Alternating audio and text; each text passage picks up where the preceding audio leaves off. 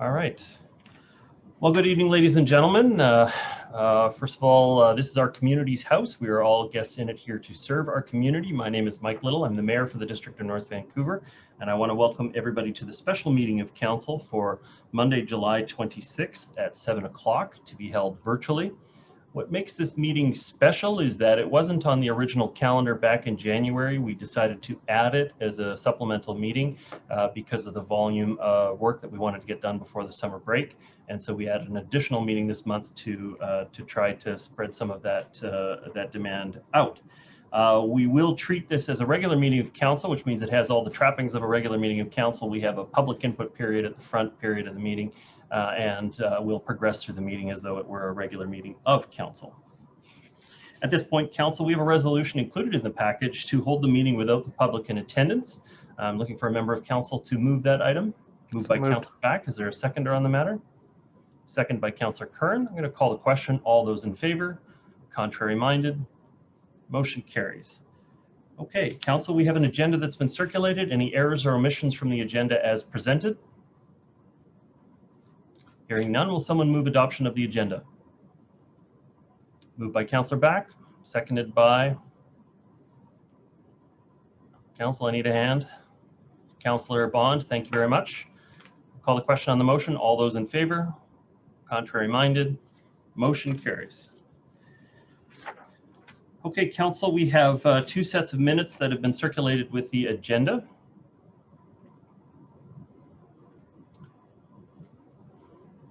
These are the meeting minutes from June 21st, regular meeting of council, and July 5th, regular meeting of council. Are there any errors or omissions from the minutes as presented? Hearing none, will someone move adoption of those two sets of minutes? So moved. Moved by Councillor Back, second by Councillor Hanson. I'll call the question on the motion. All those in favor? Contrary minded? Motion carries. Okay. Thank you very much. The first item up at the front end of all of our regular meetings of council and this special meeting of council, we have an opportunity for up to 30 minutes of public input on matters of interest to the community. Members of the public have signed up to speak through the clerk's office leading up to the start of the meeting. And so I do have a list of speakers that has been established.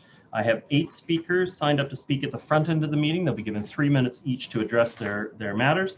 And I have no one signed up to speak at the individual items. So all of the public input will take place at the front end of the meeting.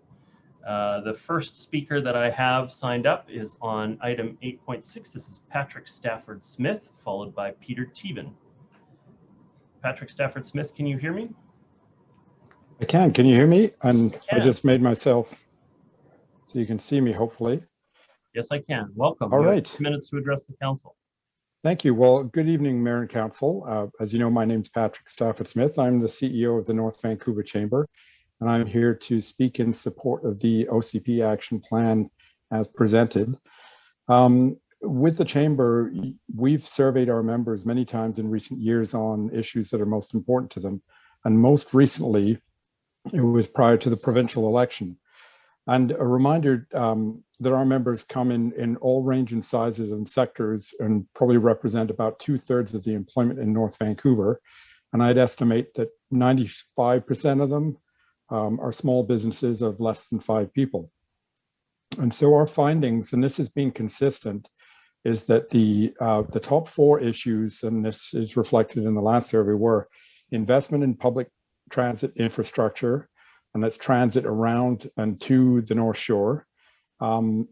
Second was housing affordability for my staff.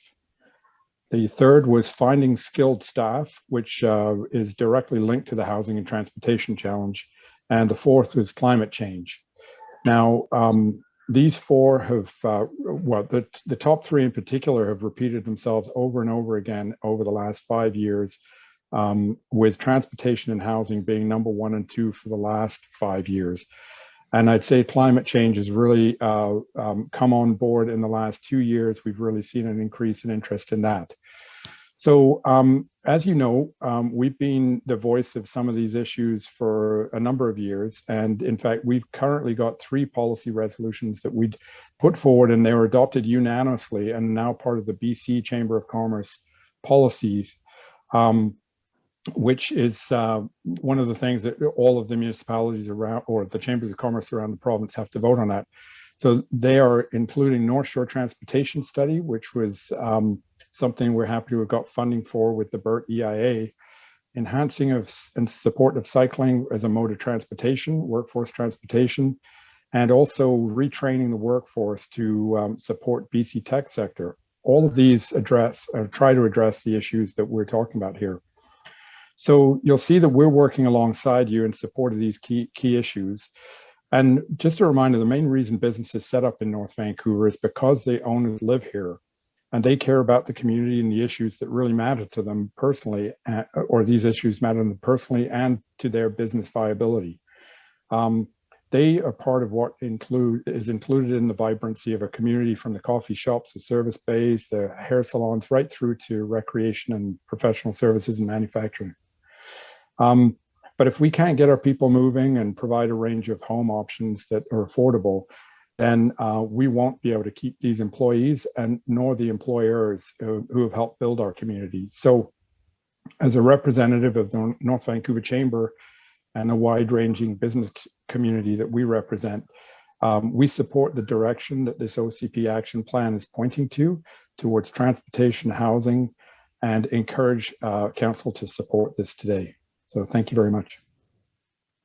Thank you, Patrick Stafford-Smith.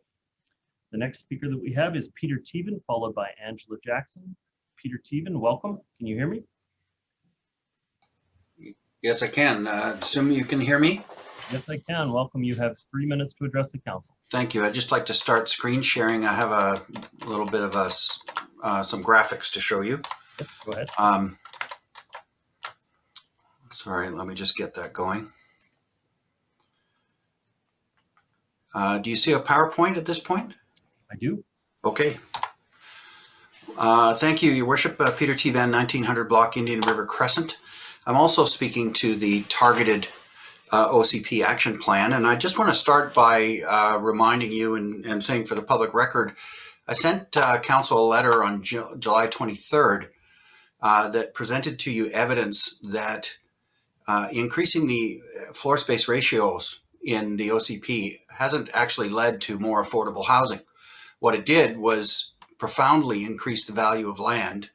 And what we saw, and I gave you specific citations in that letter about how it immediately raised the speculative value of land by 79%.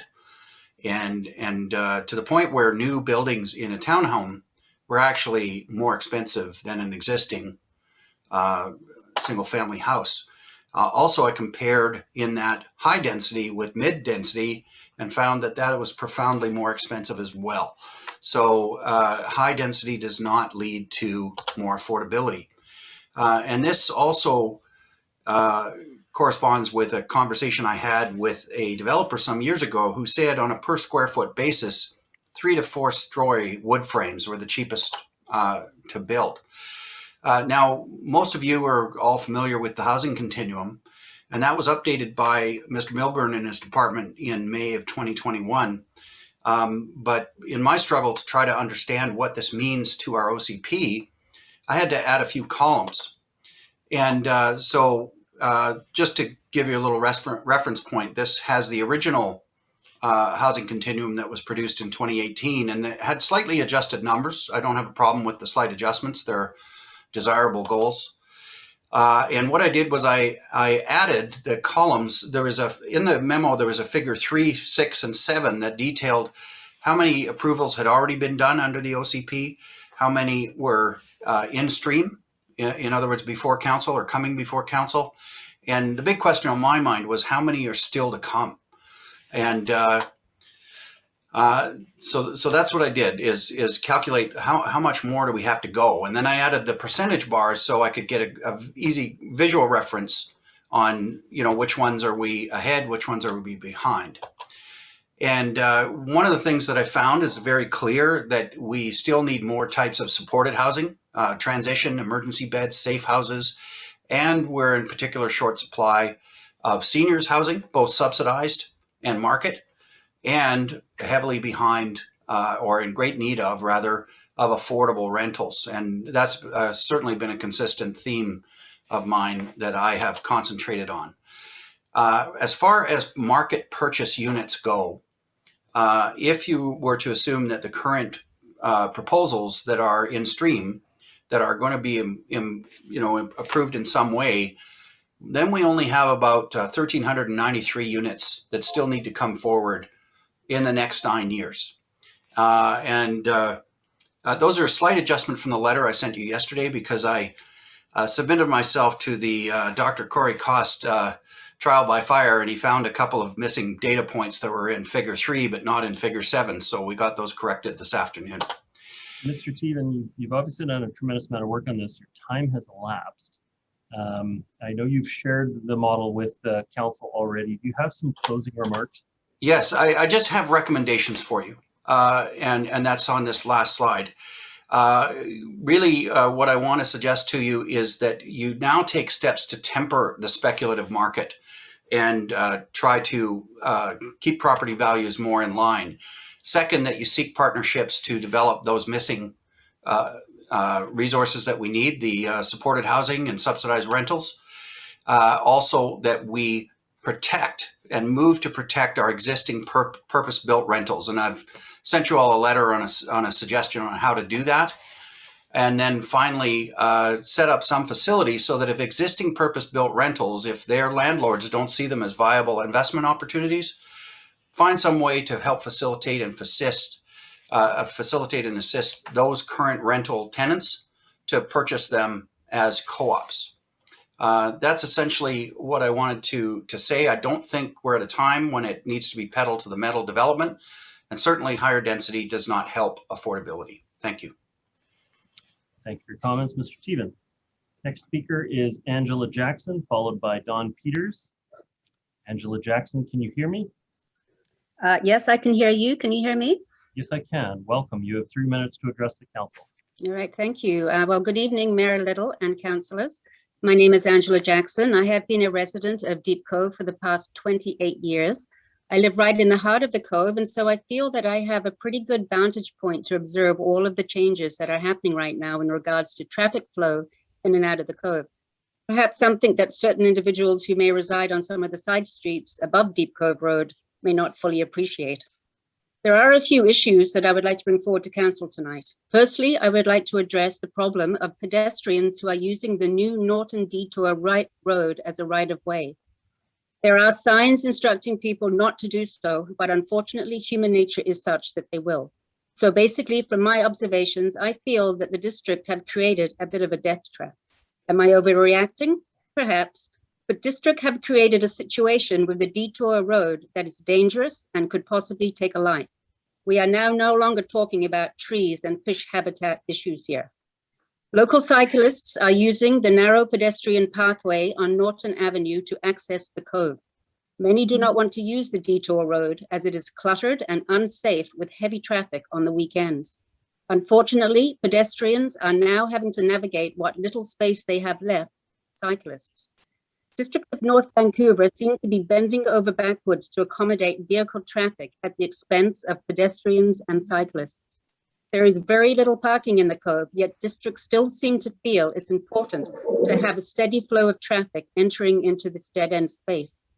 Future plans to further expand Lower Gallant Avenue will only make the situation worse, as we will potentially lose at least 10 parking spaces over the busy summer months when they are most needed.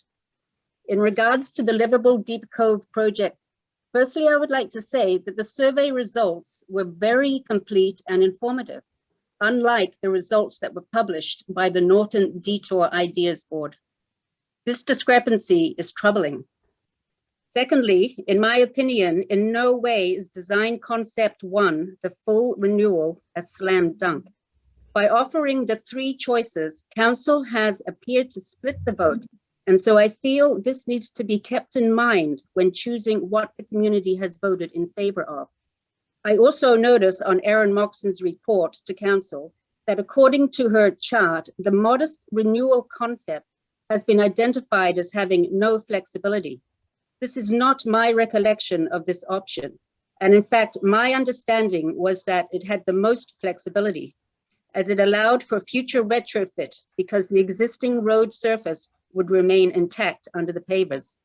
And then to totally disregard the minimal renewal concept as not being supported by the community is insulting to the 32% of people who were in support of this option.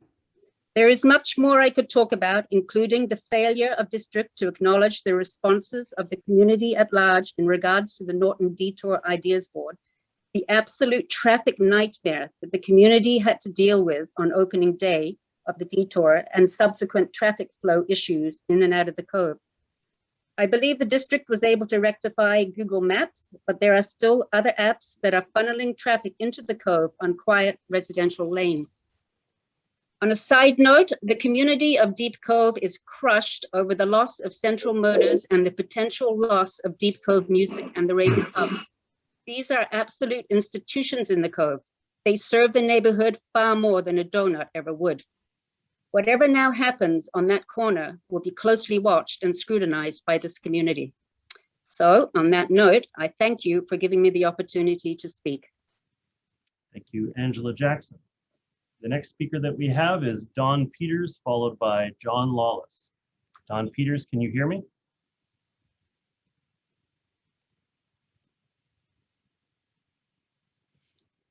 Can I have the clerk's department confirm that Don Peters has joined the meeting? I'm here, Your Worship. Can you hear me now? Yes, I can. Welcome. You have 3 minutes to address the council. Thank you very much. Well, good evening, all of you, Mayor and Council. My name is Don Peters, and I'm a longtime resident of the district, and I chair the Community Housing Action Committee, which has appeared here over the last 15 years, many times to support affordable housing projects of all kinds. There are 21 members of this committee. Many of them are district residents, and some are in fact veteran managers of various housing entities on the North Shore and have firsthand knowledge and experience of the housing challenges here in North Vancouver. This OCP report is a big multi-layered read, and so I'm going to focus primarily on the housing piece and leave others to comment on the other very worthwhile topics. But in my limited time speaking to you tonight, you should know that we agree with your findings that some of the most pressing housing issues are, number one, increasing housing costs for lower income residents, and two, the lack of housing diversity in both tenure and form, and three, the shortage of housing for younger families. These concerns echo the findings of the task force and housing white paper, as I'm sure you know. These issues have been exacerbated, of course, by the toll taken by the pandemic over the last 18 months, true across the North Shore, and are worrisome to say the least. There are many evictions. Addressing them all will test you and us. But if we had to choose among the priority actions outlined in this OCP review to speak to you tonight, it would be number 3, to prioritize rental and supportive housing projects to increase the range of housing options. And so we are pleased that this is high on the district's list. Now, I may have missed this one in my review, which is a type of housing we are seeing more and more the need for, and is quite urgent, we think, and that is the need for affordable and supportive apartment units or townhouses for those who need live-in caregivers. And of course, these separate units could at some time be added to a rental pool. It is reassuring to see that improving the development approvals program is high on your action list, as the district does not have a great reputation on this issue, a complaint I'm sure you've heard. And we think focusing on our town and village centers makes good sense. And since all of us know that improved affordability comes with proximity to regular and reliable transit, we applaud the district's focus here. Finally, Your Worship and Council, we like the action and specificity of the review and the way it's formulated and presented to us. And we at CHAC look forward to being of any assistance we can in furthering the housing goals of the District of North Vancouver. We wish you well. Thank you, Your Worship, and good night. Thank you, Don Peters. The next speaker is John Lawless, followed by Ron Jackson. John Lawless, can you hear me? Yes, good evening. Welcome. Can you hear me? Yes, I can. You have 3 minutes to address the council. Good evening, Mayor, council staff, and listening community. I've been living in Deep Cove for, well, between 15 and 20 years. I will address the subject of the Ideas Board hosted on the DNV website. The Ideas Board was posted and public engagement in its process was invited earlier in 2021. It has since been removed from the website. Today, I sent the mayor and all the councillors a screenshot of the Ideas Board as it stood just before removal in June. Anyone who is unfamiliar with the Ideas Board can contact me for that same screenshot. The Ideas Board invited the community to post ideas of what they would like to have done with the detour once it passed its use and the Gallant sewer construction was over. It invited respondents to show by clicking on an up arrow for approval and on a down arrow for disapproval their opinion for each idea they voted on. There is also a live tally as you voted on each idea. If there were 50 votes for an idea when you clicked the up arrow, the tally clicked up to 51. Respondents were therefore led to believe that their opinion was being counted and recorded for further analysis. By the end of the service term, the Ideas Board opinion totals based on the accumulated up and down clicks was overwhelmingly opposed 7-1 to keeping the detour as a permanent road. Last week, staff published the short 2-page Lucent Key Consultants report, which was to review the findings of the Ideas Board. This report completely ignored each and every click for and against each idea. There was not a single mention or even a suggestion that the results showed there was an overwhelming opposition to a permanent road. A group of local residents has collected 600 hard copy petition signatures from in and around the center of Deep Cove. More signatures arrive every day calling for the removal of the road after its use. We believe that by not publishing the full data that their own office collected, staff are willfully causing confusion over the detour issue and perhaps even misleading the community into believing that there is a mandate to keep the detour at this point in time. Senior members of engineering have told me that the Ideas Board was not meant to be a survey, nor was it to be used for opinion gathering. However, it has done just that. Whether the Ideas Board is the final survey or whether there is another survey to come in phase 2 is immaterial. Is staff willfully obfuscating the facts? There is a simple test. Publish widely and make easily accessible with working links the full information gathered on the Ideas Board, including comments. If the DNV wants to be perceived as being open to public engagement, the information the public freely gave needs to be made freely available in return. Until that happens, we believe the DNV could be viewed as hiding facts given in good faith. These facts are 100% pertinent to any dialogue between DNV and the community. Their availability or not for open discussion will continue to color the tone of dialogue between residents and the district as we move forward. Thank you for the opportunity to address you all. Thank you very much. And I will seek to see what state the data is in from the end of the board. We should have a report that includes the final data there. But just to restate that that it was not a referendum or plebiscite on the question, it is still up to members of council to consider all of the data and information. Obviously, we do take local residents' concern very heavily in matters, but it was not a plebiscite or a referendum. It is up to members of council to come to their decision based on their own research. But yes, if we have that, I'm happy to make that available. Next speaker that I have is Ron Jackson, followed by Hazen Colbert. Ron Jackson, can you hear me? Yes, can you hear me? Yes, I can. Welcome. You have 3 minutes to address council. Thank you. Good evening, Mayor and councillors. Thank you for giving me some time. I feel like I'm piling on here a bit given the previous speakers, and in future I'd gladly give up my 3 minutes if we can get anybody to comment on why they think that the road should stay permanent. I'm also speaking about the lack of full disclosure or the seeming lack of transparency, and I'm not sure why it feels like we're shadowboxing with DNV leadership. It doesn't have to feel like us against them.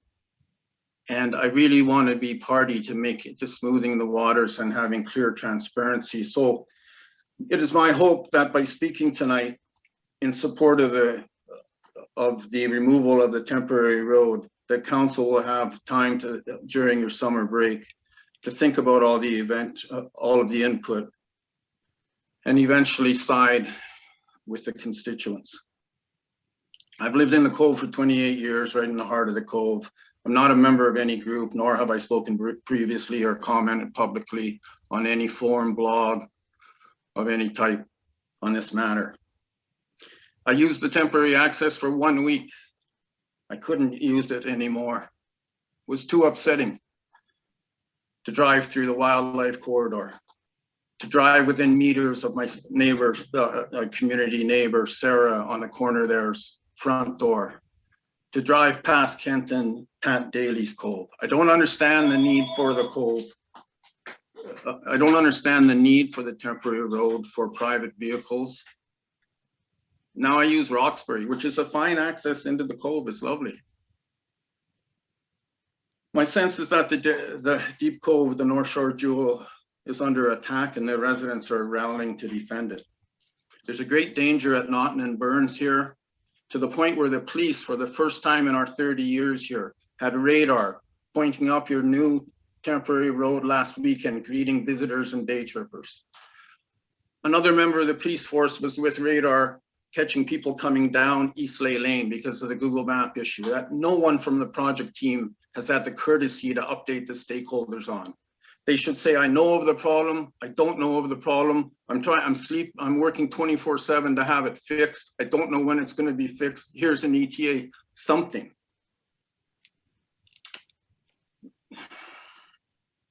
Anyway, there's a great danger at Naughton and Burns here. And I thank the mayor for taking the time to come out here, because I know you have, and I appreciate and I respect all of you. But this is an important jewel in the Cove here. We had sirens here for 3 hours last week, every 2 or 3 minutes. And the police member said, I go in my vehicle for 5 or 10 seconds, I turn on my siren, I catch the next person blowing through the stop sign.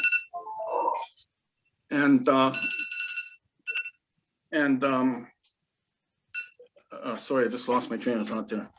And she said she wasn't even part of the traffic police force, but because of the imminent danger, she had to provide the service at that time. Anyway, you can approve the survey, but by pressing forward while not following the best practices with the first option in the survey showing that the road's probably going to remain permanent. I'm just going to very quickly expose one document. It's only 2 pages. But I think it's flawed, and there's been less than 1,000 participants when the B7G postal code has 13,000 people. That's really embarrassing for participation. And this little document here shows that the modest and minimal outweighs the full, and the full means the permanent road, but it wasn't disclosed in the survey. And this is why I talk about this shadow boxing. Why can't there be full disclosure? Similarly here, the notes and the numbers can be interpreted any way you like, but there's more people for parking, 443, some element of parking on Lower Gallant, than no parking. But somebody's going to say on your little survey that 292, most people wanted no parking. And I don't understand that. We're up over 4 minutes now. I really need to move on. Okay, I'll just show you one last thing then, sir. And I'll just show you the last thing here. This one page on your survey shows that 236% of the participants voted for some segment of very important. It makes no sense, and it makes me wonder who's QAing this. Why is it me, some dude that looked at this randomly an hour or 2 ago, when everyone else involved in the project has looked at this? Nobody's QAing these results, and it's you can't even read this. Thank you very much for your presentation, Mr. Jackson. Okay. The next speaker that we have is Hazen Colbert, followed by Eric Anderson. Hazen Colbert, can you hear me?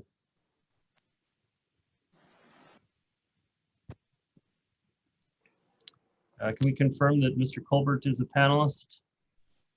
Mayor Little, can you hear me? Ah, yes, there you are. Welcome. I can hear you. You have 3 minutes to address the council.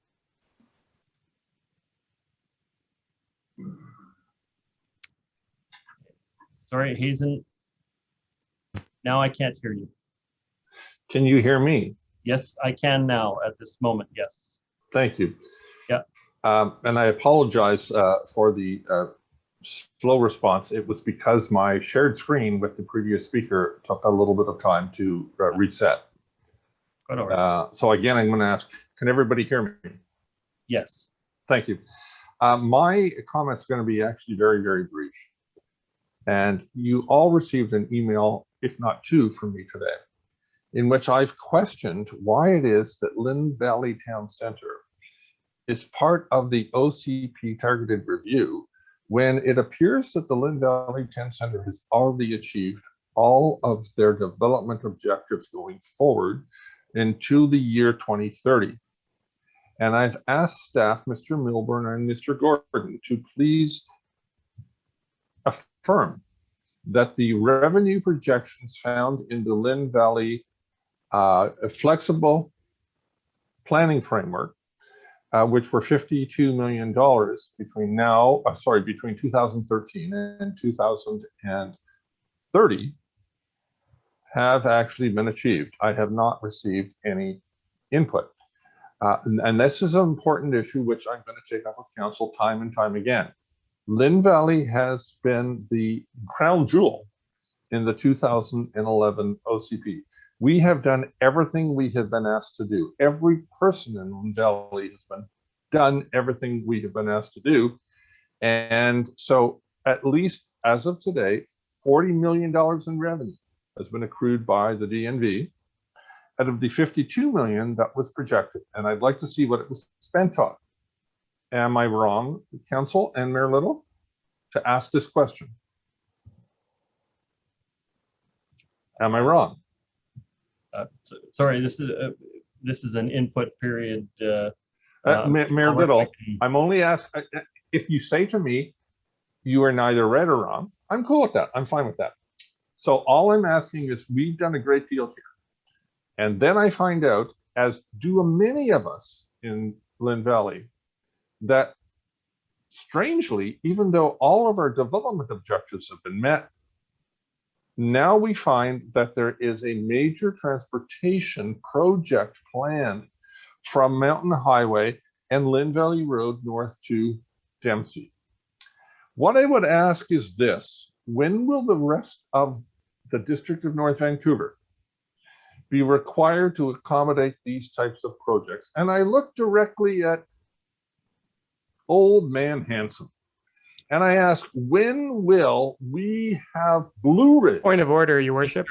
Blue Ridge. When will we have Blue Ridge accept the same types of densities and transportation changes that we're dealing with in Lynn Valley? I'm advocating here for Lynn Valley, okay? I don't really care about the other town centers. In closing, Mayor Little, I am also going to say something else which I've learned only in the last 45 minutes. So you're 3 minutes. Mayor Little, please listen to me. Mayor Little, please listen to me. I am speaking. I am speaking. I would ask that all members of this council submit to the clerk proof that they have received 2 vaccinations for COVID, and that information be published. And I thank you all for listening to me tonight. Thank you, Mr. Colbert. The next speaker that I have is Eric Anderson. Eric Anderson, can you hear me? Yeah, I can.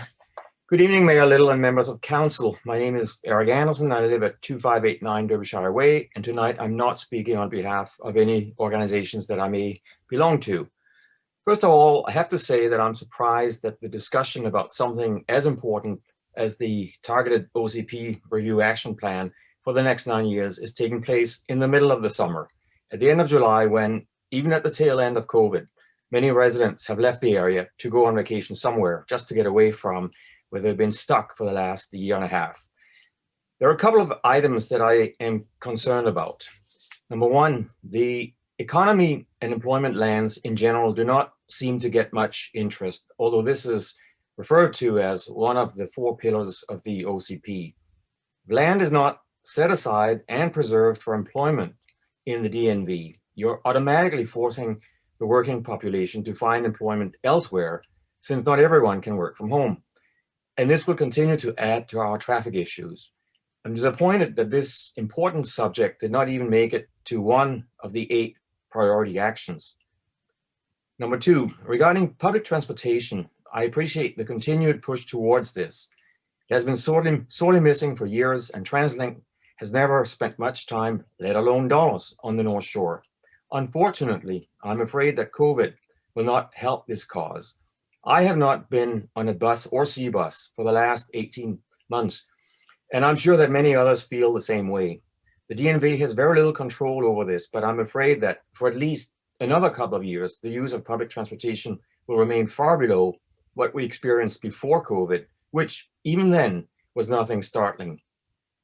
Number 3, I'm curious if this is it, or if another review will be done by a future council between now and 2030, which is the official end date of the DNV OCP. Number 4, finally, I have to say that the housing discussion is going in a direction that I do not particularly agree with. With nearly 70% of the DNV being single-family housing, I do not think that this type of housing should be treated almost as a 4-letter word. It seems that the focus of the review action plan is strictly on building, building, building, just calling it different names. When it says under priority action number 5 that new housing has not kept pace with demand, let's just agree that this will never ever happen.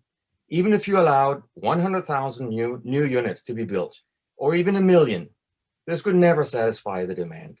Developers would always continue to tell you that there is a demand, and I guess there would be if you let everyone in the entire world come to the DNV. As it is, there will, plain and simple, never be built, at least, there will never be built enough, at least to a certain industry's liking. However, we have to remain realistic. As had been stated and proven before, and just look at the city of Vancouver and the city of North Vancouver, building will not solve this housing problem, and certainly housing prices have not come down in spite of massive developments in the Lower Mainland.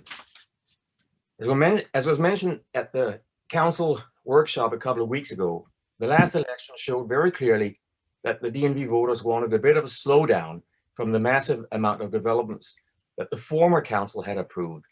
Perhaps council should listen to what the voters had to say last time, which was not to build, build, build, but do it in a responsible manner, and please keep the developments in the town centers. Thanks for listening, and everyone have a nice summer. Thank you, Mr. Anderson. Okay, that completes our public input period this evening, and we'll move on to item 8, which is the reports from council or staff. Council, the first I wanted to apologize for the huge brick report that we ended up with here, with a tremendous number of pages. It is a huge thing for members of council to receive and then move through a 500-page package and get prepared to vote on items on the Monday. But a significant portion of the pieces are for the first item, which is a matter up for adoption. But it included several pieces that were discussed at the last regular meeting of council. And then obviously the public input portion for the Deep Cove Livable Plan. That right there would have cut the package in half. And so I apologize for the large report on the last meeting before the summer break, but it couldn't be avoided, and we just have to get this work done. The first item up, item 8.1, this is bylaws 8511, 8512, 513, 514, 8515, fire regulation bylaw fees and charges bylaw, and bylaw notification, notice enforcement bylaw, fire and rescue radio amplification bylaw, and fire and security alarms bylaw. This matter is up for adoption. Will a member of council be moving adoption? Moved by Councillor Hanson, second by Councillor Back. Call the question on the motion. All those in favor? Aye. The motion carries. Thank you. Okay, and the next item up This is item 8.2, bylaws 8520, 8521, consumption of liquor in public places bylaw and bylaw notice enforcement bylaw. And this item is also up for adoption. It had been addressed first, second, and third reading in a prior meeting, and so now is up for adoption. Will somebody please move adoption of this item?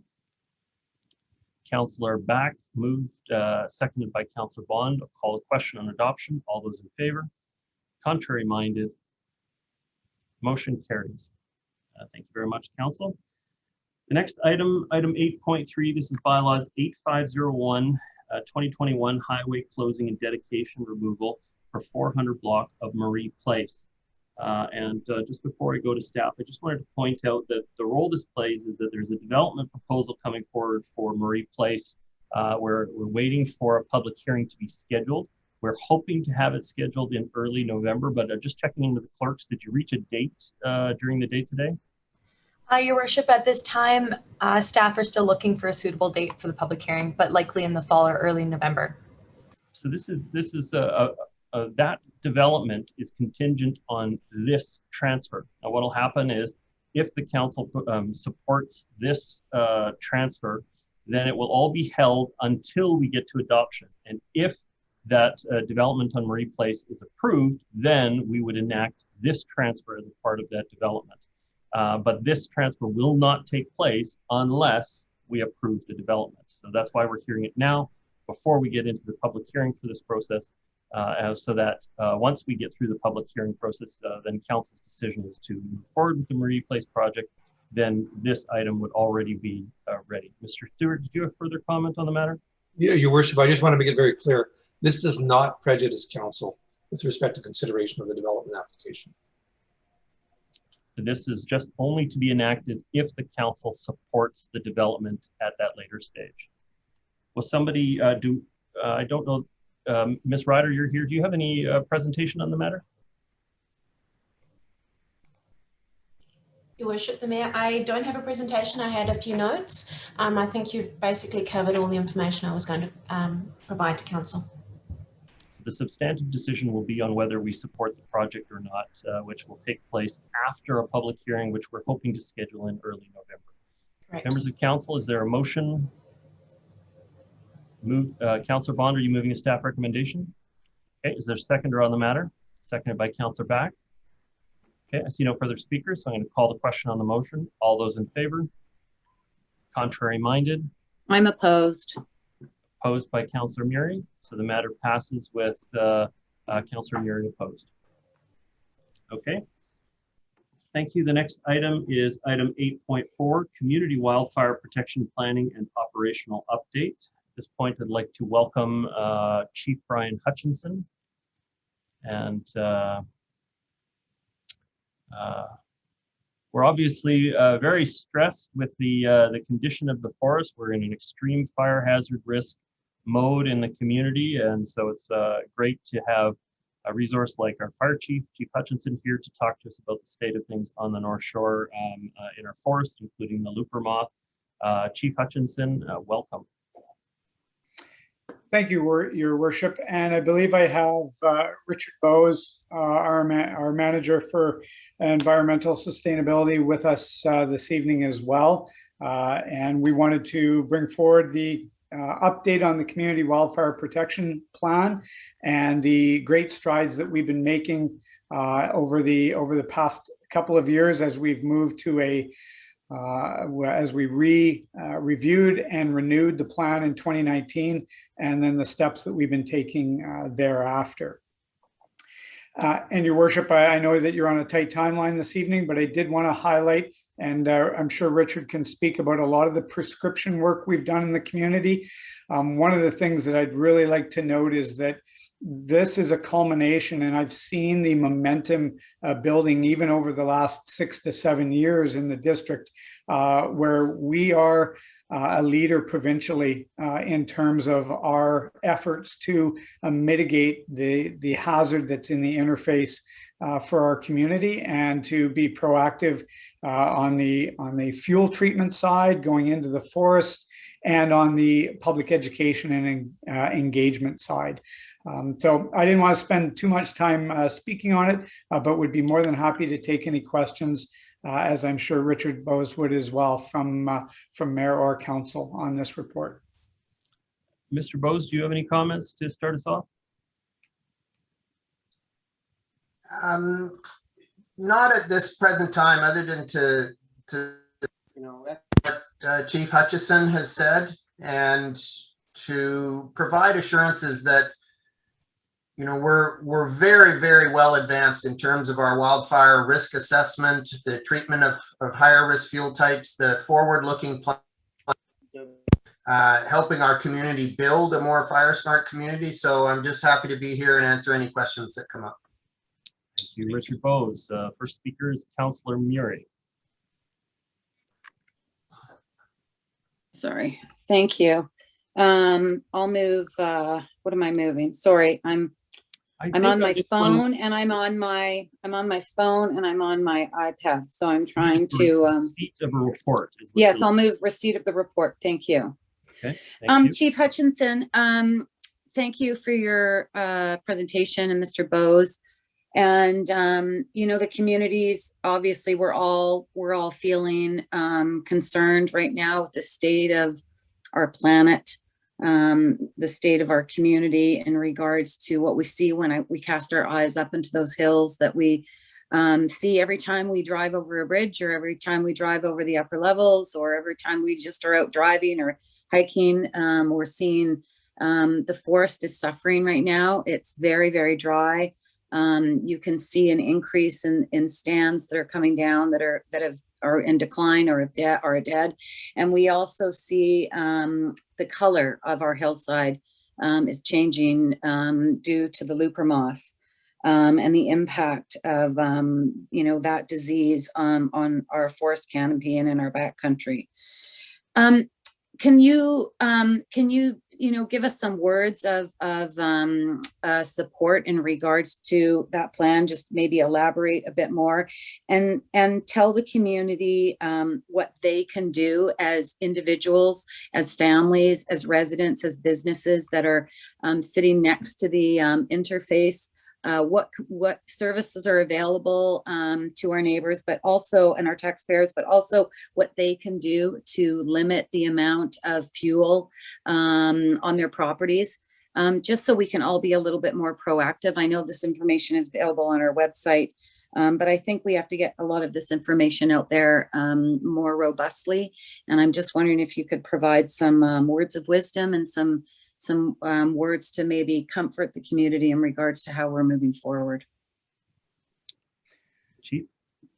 Through your worship, Councillor Murray, I certainly hear what you're saying, and we do hear that from the community as a whole. We realize that you know, there's a reason that that we live on the North Shore, and that is you know, the significant amount of wildland and forest that's immediately adjacent to our homes. If I was going to say a couple of things that our residents could do, number one is, and we have tried to promote this both on social media and, as you mentioned, on the website, but we have a large number of qualified local Fire Smart representatives on staff. We can come out, particularly to the 7,200 homes in our wildfire DPA that abut against the urban interface, and we can do home assessments. And what that really is allowing us an opportunity to walk through with a homeowner and identify areas that we can identify, and things we can do to mitigate some of the risk of a fire from a car fire or a structure fire going into the forest, and or a forest fire coming in to our built environment. So that would be one of the things that I would encourage our residents to do, would be take advantage of that. Take advantage of the fact that we're out in the community every weekend. We have significant public engagement opportunities taking place all over the North Shore to inform and educate our residents on the resources that the district has and how we can help them be better prepared. And the other piece that I often hear from residents is concerns about evacuations or evacuation alerts. And North Shore Emergency Management has the Alertable app that any resident can sign up for, which provides immediate notification of really any incident that would be worth them being informed of that could impact their local area.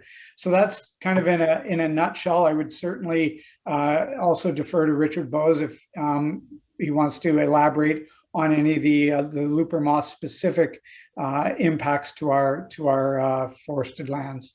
Yes, thank you, Mr. Bowes. Your Worship, Councillor Murray, so in addition to the wonderful program that District Fire Services has just launched this year, I think it's good to remind our community that district staff also has a number of technical experts who have already successfully worked with hundreds of our residents for successfully building new homes within our wildfire protection development permit area.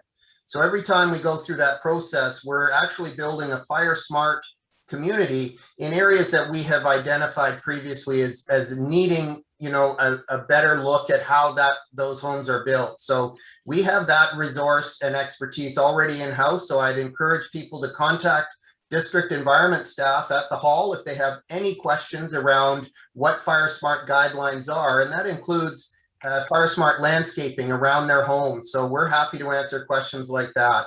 The other thing I would encourage people in the community to look at is that I believe in 2019, council has approved our updated wildfire protection plan.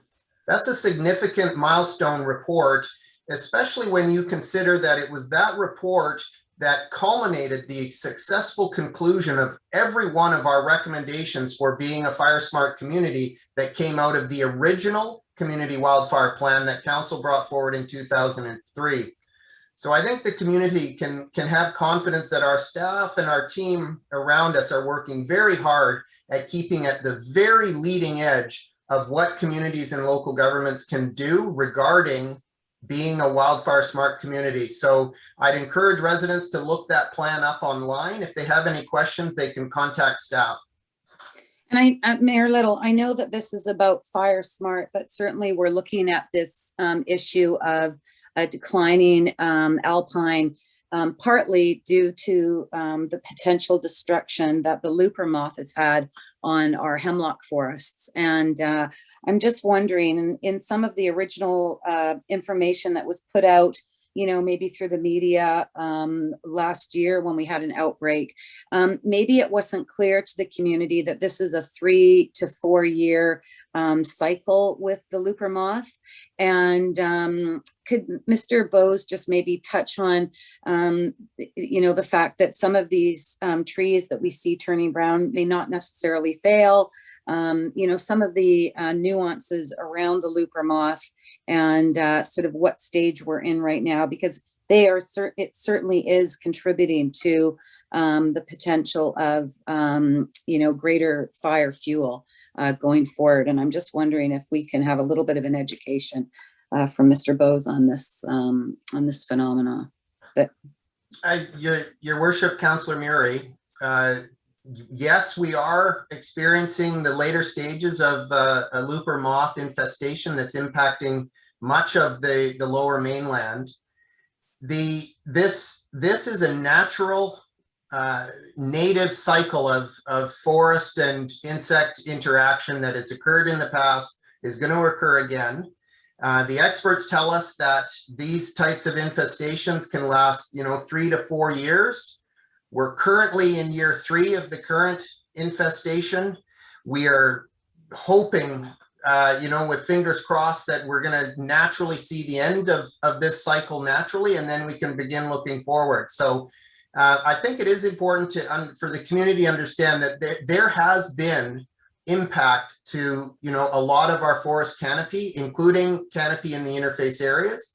However, the exact extent of the infestation is going to be hard to determine because, as we've heard, impacted trees may actually survive current impact as a result of looper feeding and damage.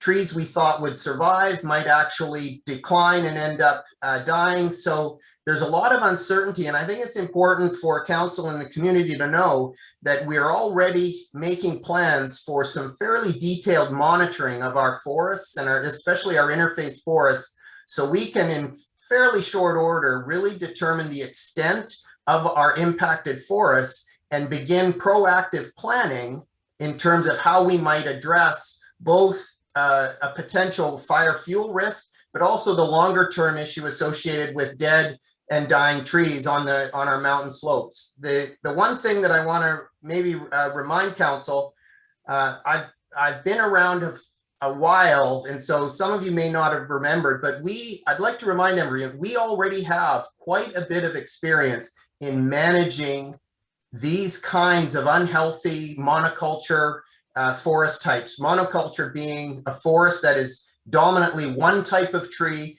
in one uniform age. We've already undertaken very successful pilot projects where we have actually done some silviculture and some replanting work on a number of plots in Grouse Woods, plots on the road, the access road up to Grouse Mountain. We continue to work with Chief Hutchison and the fire department on our fuel treatment areas in terms of replanting and forest management. So in terms of our ability to address this situation that's coming in front of us, I'm pretty confident that we've got the right people at the table to help us successfully put a really good plan forward. Thank you so much. Okay, the next speaker I have is Councillor Bond. Councillor Bond, go ahead. Thanks, Mayor Little. And a lot of my questions were addressed by Councillor Murray's questions and responded to by staff. I think one thing that's important, and I'll probably leave the detail to Councillor Kern because I'm sure she'll mention that, is linking the change in our forests to climate change and the climate emergency. The looper moth infestation is likely more intense this year because of the hot and increasingly more consistent changes that we have seen specifically this year, but also in previous years. I know the hot, dry summers have seriously impacted smaller cedar and larger cedar trees over the past decade at different times. And so I think that's an important link to make. The one thing I think staff covered quite clearly is that our staff are working on this issue and have been monitoring the issue of forest health and the looper moth. So I think that's important to reiterate. But maybe Mr. Bowes or another member of staff, can you talk about how we're working across different jurisdictions, the type of experts that are involved in the study, in the monitoring, and I guess maybe 3 things to expect coming up in the next few years from the district in terms of what can our residents see as a response to this deteriorating forest health. Chief. Through your worship, Councillor Bond, I think one of the big pieces, and Richard alluded to it, is the engagement with our other stakeholders on the North Shore, be it BC Parks, Metro Vancouver is obviously one of the largest stakeholders with our 2 watersheds, and just kind of getting a better sense of where West Vancouver is going with their issues. I think getting the stakeholders together will be one of our first. It has been one of our first big pieces to get moving forward. And then in terms of what we can expect to see, I know that we're talking about the opportunities down the road, building out a plan. And I think that will be the biggest piece for us, is sitting down and laying out what that 3 to 5 years out will look like. Will that entail removal of some trees in the urban interface area? It may very well. It may talk about reforestation. And that's where, again, reminding our residents that we have the expertise in-house. Individuals like Richard Bowes and Guy Exley and the entire team that's there, I think will bring a lot to bear and put us in the front of this. And Richard, I don't know if there was anything else you wanted to allude to in terms of deliverables moving forward. Your Worship, Councillor Bond, one of the things that I know is on the table in the immediate future is staff are going to be working together very shortly on preparing for our upcoming grant application to the FCM. We've been incredibly successful in receiving grant monies to actually address fuel and fire risk in our interface forest areas. That grant application is coming due shortly in October this fall. So one of the things that the community and council can expect right away is we're going to be looking and revising our fuel risk mapped areas in anticipation of possibly revising this grant application to maybe take advantage of leveraging some grant money to treat fuel risk areas, in addition to possibly adding extra treatment areas where we might have fuel risk areas that overlap with looper affected forest areas. So that's something we're going to be working on immediately and right away, so we can anticipate actual on the ground fuel risk and forest management activities to be starting next year. Thanks. I think that's a reassuring update. The one thing I think is also really important is communication, and council has been receiving input from citizens concerned and alarmed by the state of the forest.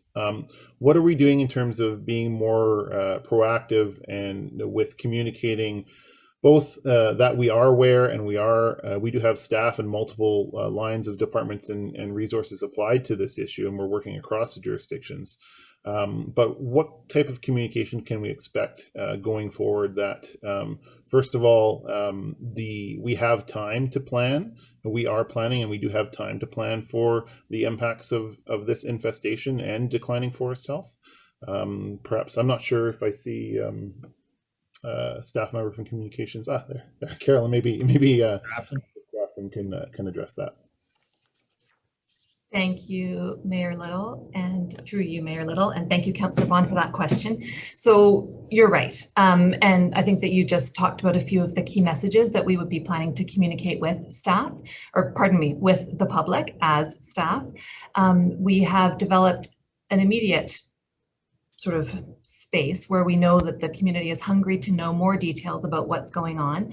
I think it's really important that they are educated on the situation that is in front of them and what we are looking at as far as our experts right now can tell us that we can foresee. So we know that there are questions for people that they have about what is going on in their own yard, what is going on in the trails that they see, and what's going on in the bigger community. So explaining to them about the importance of the fire risk right now, and the fact that we need them to be, as Chief Hutchinson has put it before, we need them to be our eyes and ears when they're out in the community, and that they are reporting risks that they see, and they're reporting behavior that is less than ideal, let's put it that way, so that we can make sure that we're protecting the forests in the immediate term. And then also how the looper moth, because everybody is hearing the inchworms eat and they're seeing the caterpillars and the frass, and so explaining to them the context of what they actually see and how that is also negatively impacting our forests is really important. In the longer term, I would say the next year or so, it's important to be communicating with them about the fact that we are working multi-jurisdictionally. This is not just a District of North Van issue. And what we can expect to see based on the expert advice that we're getting on the forests in the shorter term. And then the longer term plan is really key for people that call this area home. There's a reason why we live here, as you folks have said, and making them understand that we're doing everything that we can to protect the forests and the trees that make our area special. Thank you. Thank you, Councillor Bond. Councillor Kern. Thanks for those comments. I'll try not to repeat everything. I think that it's important maybe that the community is aware of the adaptation strategy, which was adopted in 2017, which lists many of these measures that are being taken, as well as the biodiversity strategy, which was identified in the adaptation strategy as something that we needed to do to create. And I know that that is in progress now with the well, we're looking at what that would look like. Because I think the connection is so important to talk about why when human health is tied to the health of our environment, and when our environment is unhealthy, it's harder for us to stay healthy. So that impacts our watersheds, it impacts our temperatures, it impacts smoke, you know, the environment that we live in, and that these changes are in fact driven by a changing climate. A hotter climate is certainly linked to all of these. And so I think that messaging has to be very consistent, because trees and forests, as everyone has identified, are something that the community does have such a deep connection with. And of course, Squamish and Tsleil-Waututh and all of our neighbors. And, you know, it's an opportunity for us to learn about how we stop making climate change worse, and about how we can improve the health of our forests through Richard talked a lot about some of the pilot projects that have happened, which can be quite alarming to see at first, because it might look like a loss, but actually it's what we need to do for the long-term health in a changing climate. I wondered if staff could speak about a little bit about the cedar, because we talk a lot about the hemlock in relation to the infestation, but cedars, as I understand it, are also not doing well. You know, we're warming twice as fast as the rest of the world. And so what is our understanding of the current health of our cedars? Mr. Bose? Your Worship, Councillor Curran, so staff have actually been monitoring a significant western red cedar decline over probably the last 5 to 7 years. The experts are fairly certain that western cedar, red cedar decline is associated with climate change, and very likely has to do with the fact that typically cedars enjoy very moist, wet soil conditions. And as the average temperature warms, there's less soil moisture available for the roots of many of these cedar trees. So as a result, they're undergoing stress, and many of them are not doing well. We found this especially remarkable with our replanting in our nursery stock, where we get and plant new trees. So staff have already pivoted our replanting purchasing guidelines for all of our district-owned projects to either avoid or dramatically eliminate the amount of red cedar that we're actually purchasing and putting in the ground in favor of other more superior climax species associated with our native forests. So the red cedars are struggling. We do believe it's related to climate change, but there are many very, very good alternative native choices that we've already been using on our projects, and staff are already advising our residents when they're coming forward working with us on development opportunities to do much the same thing. We advise literally hundreds of residents on species choice and choosing the right plant for the right place. So it is something that we're aware of, but we feel we've addressed it as pretty well for the time being. Thanks for that update. Yeah, I think people are just kind of noticing, and there's a sort of saying in the tree world, something about if you notice a cedar that doesn't look healthy, it's too late.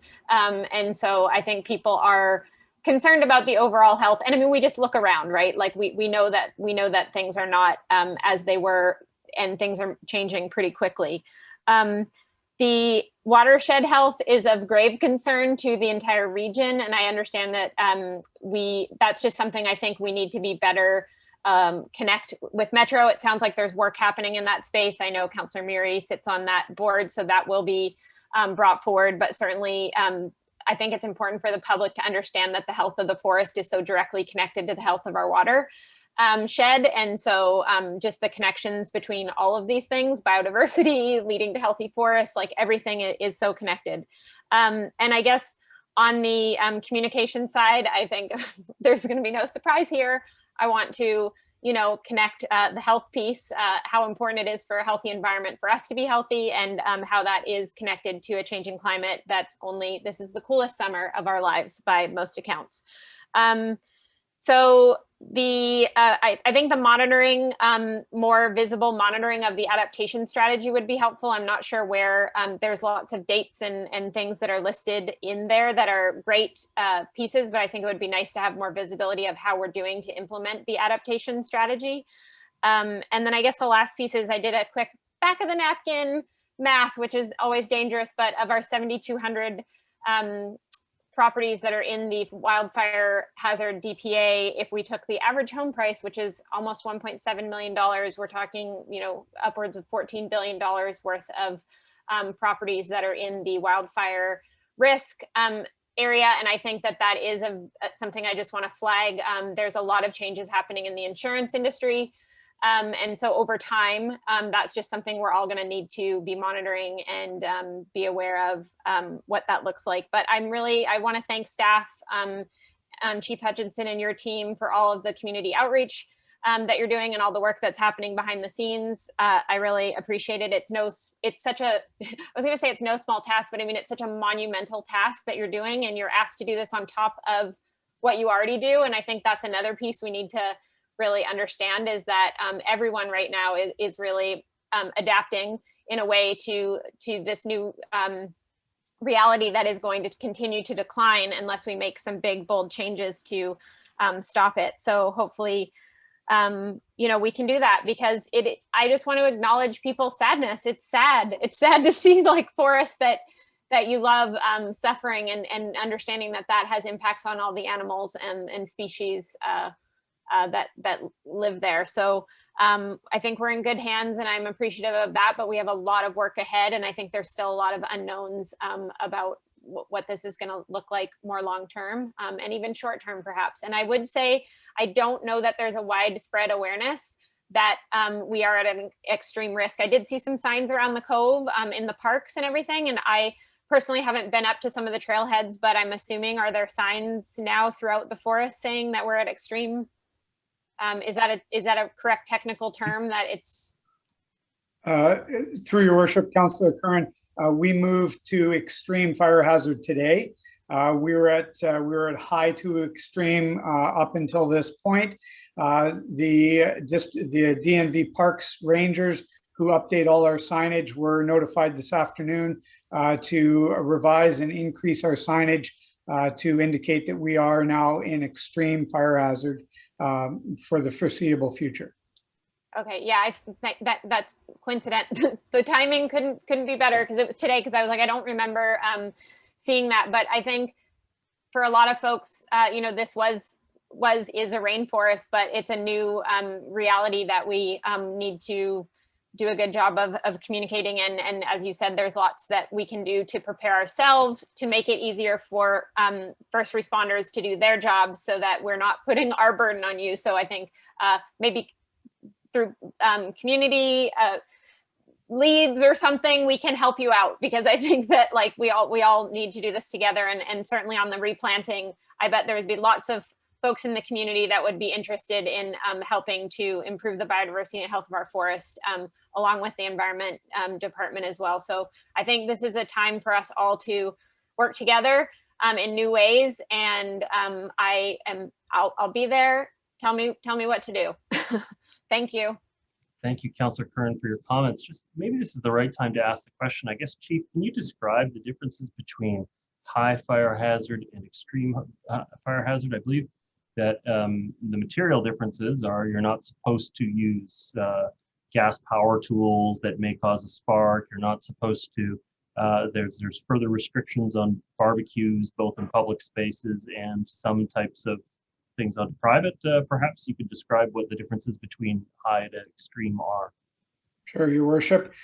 So in Metro Vancouver, there's no open burning at any point in time, but when we're in high fire danger, we do put up our signage. After 10 days in high, we begin putting up the signage throughout our parks and our trailheads, and begin having both our fire suppression staff and our park rangers engaging with park users around the fact that they can still use propane barbecues. So that's kind of the high threshold. We get to high, there's no more charcoal or open flame. It's only propane. Once we get to extreme, there's no open flames in our parks. And really the biggest difference is obviously any industrial activity taking place in our urban interface comes under a little tighter scrutiny in terms of the plans that they have to provide to us regarding their wildfire safety plans, and then our regular engagement and monitoring of our parklands and our interfaces increases as well. And a lot of that falls to our park rangers, who are the front line for that, as well as increasing the presence of our suppression staff out, particularly in that Friday to Monday period in our parklands and responding to complaints. So that's really more heavier signage, greater presence in the community, and a reduction of any open flames in our parklands. Thank you. Next speaker is Councillor Hanson. Thank you very much. And my question is for Chief Hutchison. I was out in the forest today, and I think there is a growing awareness, perhaps even fear of a fire. There's a concern that the people are aware the woods are tinder dry and they could catch fire. Just for the reassurance of the public, Chief Hutchison, could you give us some broad overview of the types of assets that are available to you and the types of strategies and manpower that you would bring to bear to suppress a fire in that terrible event that such a thing should get going on the North Shore? Through your worship, Councillor Hanson, I could probably go into depth on that, but the reality is over a number of years, we've continuously built out our assets on the North Shore. We have 3 what are known as Type 2 structure protection units. They are basically sprinkler units that have the ability to protect up to 35 homes each. That gives us a good starting point. All of our personnel are trained to provincial standards with the use of the structure protection units. We have a depth of staff that have been trained and certified at provincial levels for task force leaders, strike teams, and being able to be structure protection specialists. We have a 24-person initial attack crew. So we formed a specialized group of firefighters who've taken training to, again, a BC Wildfire Services level that would typically be a unit crew for BC Wildfire. And we've put those 24 individuals through fairly intense training with BC Wildfire, with our Metro Vancouver partners, and that's a specialized deployment capable team that can deploy on foot or by helicopter. We also have a 25-person extended operations unit, which is district staff from parks, from engineering, from streets, from all walks of occupations within the district that we train up annually to provide a force multiplier in the event that we had a wildfire. We at the District of North Van, I have no hesitation saying that we are in the top tier of fire departments in British Columbia in terms of our preparedness and readiness to respond. The fact is, back in May, we held an exercise on the North Shore where we had 11 fire departments from across British Columbia come to the District of North Van to participate in what was basically a mock deployment, a mock provincial deployment. And to be selected as a host department for that is reflective on where we stand provincially, both with our support of efforts that take place and the requests that do come in for our specialized personnel, as well as our ability to liaise and integrate with our partners at Coastal Fire, at Metro Vancouver's initial attack program. So I'm always happy to speak on the depths of our programs. And the reality is in 2019, speaking to Councillor Curran's valuations of the homes in the wildfire DPA, we put forward a 4-year plan to enhance our capacity in terms of equipment. And we built out that plan using some of the valuations that Councillor Curran used, as well as using some of the valuations that the David Suzuki Foundation applied to forested lands and what happens when you lose those. So we've built on the great work that's been done for years and years in the District of North Vancouver to a point where, yes, there's extreme fire hazard out there. Yes, the province due to climate change and a number of other things, is in a very different situation. But we're at a point in time where I truly feel the district as a whole and District Fire are well positioned to deal with this and to keep our public safe. Thank you very much, Chief Hutchison. And that was exactly the type of answer I'm sure the public are reassured to hear. Just one follow-up.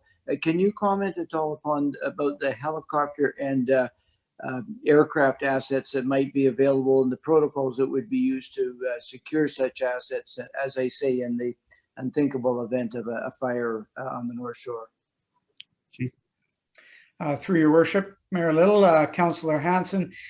So Metro Vancouver has a standing contract with Talon Helicopters. Talon has a number of aircraft that are innovative in their approach to fighting wildfire. They have the capability to do bucketing operations, but they also have the Dauphine helicopter that is equipped with a belly tank that can also conduct operations. So for us in the District of North Vancouver and our relationship with Talon Helicopters, if we had an incident occurring in the wildland interface, one of our first outreaches is to Talon to get a machine airborne so that we can begin aerial reconnaissance and begin aerial operations. For us, that would be probably the most proactive approach to a wildfire while we're working to get people on the scene. We'd also be liaising with our partners at Coastal Fire, who have assured us repeatedly that an incident occurring in the Metro Vancouver area would become the province's #1 incident. That said, it could still take time to get resources here, but I truly believe in that intervening time, we are well positioned to begin initial actions and then to seamlessly integrate with our partners from BC Wildfire Service. Thank you very much, Chief. Thank you, Councillor Hanson. Councillor Murray. Chief Hutchinson, first of all, I just want to say I've been through a few incidences with DNV Fire over my tenure here, and we are in very, very good hands. And I know that we're in very good hands with you and your team. Can you just give us a little bit of an update on if any of our members have been seconded into the interior to fight the fires that were sadly we continue to watch on the news, and sort of where we are with that? Through your worship, Councillor Murray. Yes, we have had members deploy. We did have a task force leader deployed up to 100 Mile House. We had a 5-person structure protection crew deployed to Lillooet. Those resources have returned. We currently have a 5-person structure protection crew deployed to Ashcroft and a 5-person structure protection crew deployed to Okanagan Falls, where there is still in both locations significant loss of structures due to the ever-growing wildfires. These provincial secondments allow us to leverage the level of expertise we've developed within the district and to contribute on a provincial level, which we know should something occur on the North Shore, that we would be leaning into that system and looking for assistance provincially. The other thing that really resonates with me is that a large number of the individuals that we currently have deployed are actually on vacation. So obviously our first priority is always ensuring that we have the resources in the District of North Vancouver to respond to anything that we need to deal with. And the fact that we have members stepping up, taking time away from their families, taking time away from their vacation time to deploy provincially, to leverage their expertise and to represent our municipality in the field. It really, really resonates with me, and I'm so very proud of having them out there. And the feedback that I continuously get from the province around their performance in the field, I think puts us in very good stead should we ever have anything occur here. And please thank them on behalf of council. I'm sure Mayor Little and council, thank them for, that time that they put in and, our finest. And thank you, Chief Hutchinson, for your leadership. Thank you. Councillor Murray, for your comments. Next up, I have Councillor Beck. Thank you, Your Worship, and thank you, Chief. I share that appreciation of Councillor Murray and the pride seeing our members of our team in other parts of the province. So thank you very much for your service. I wanted to touch on if there was a wildfire, as we see in other parts of the province, how an evacuation could potentially look if a part of our community, such as Upper Lynn Valley or other areas that are close to those forests, would need to be evacuated. And if we're confident that there is the capacity in other parts of the region to handle such an evacuation. And maybe the first step is to download that Alertable app, which I've just done. Through your worship, Councillor Back, the Alertable app, I think, is one of the key pieces. In 2019, we had a multi-agency wildfire exercise. We actually had 2 locations for that. We had a location in Cypress Falls in West Vancouver and a location in Upper Lynn Valley, engaging all of our partners and all of our stakeholders. And it simulated two lightning strikes occurring at the same time so that we could gauge our resource capabilities. With that exercise, the day before, we used the 2 police departments and North Shore Emergency Management volunteers to go door to door in a simulated evacuation alert. And we were able to track that on technology back at the EOC for North Shore Emergency Management. And it really reinforced for us that we had the capabilities on the North Shore and the planning in place to not only be responding to an incident occurring in our wildland urban interface, but also to be getting people notified and informed about the actions that we would need them to take.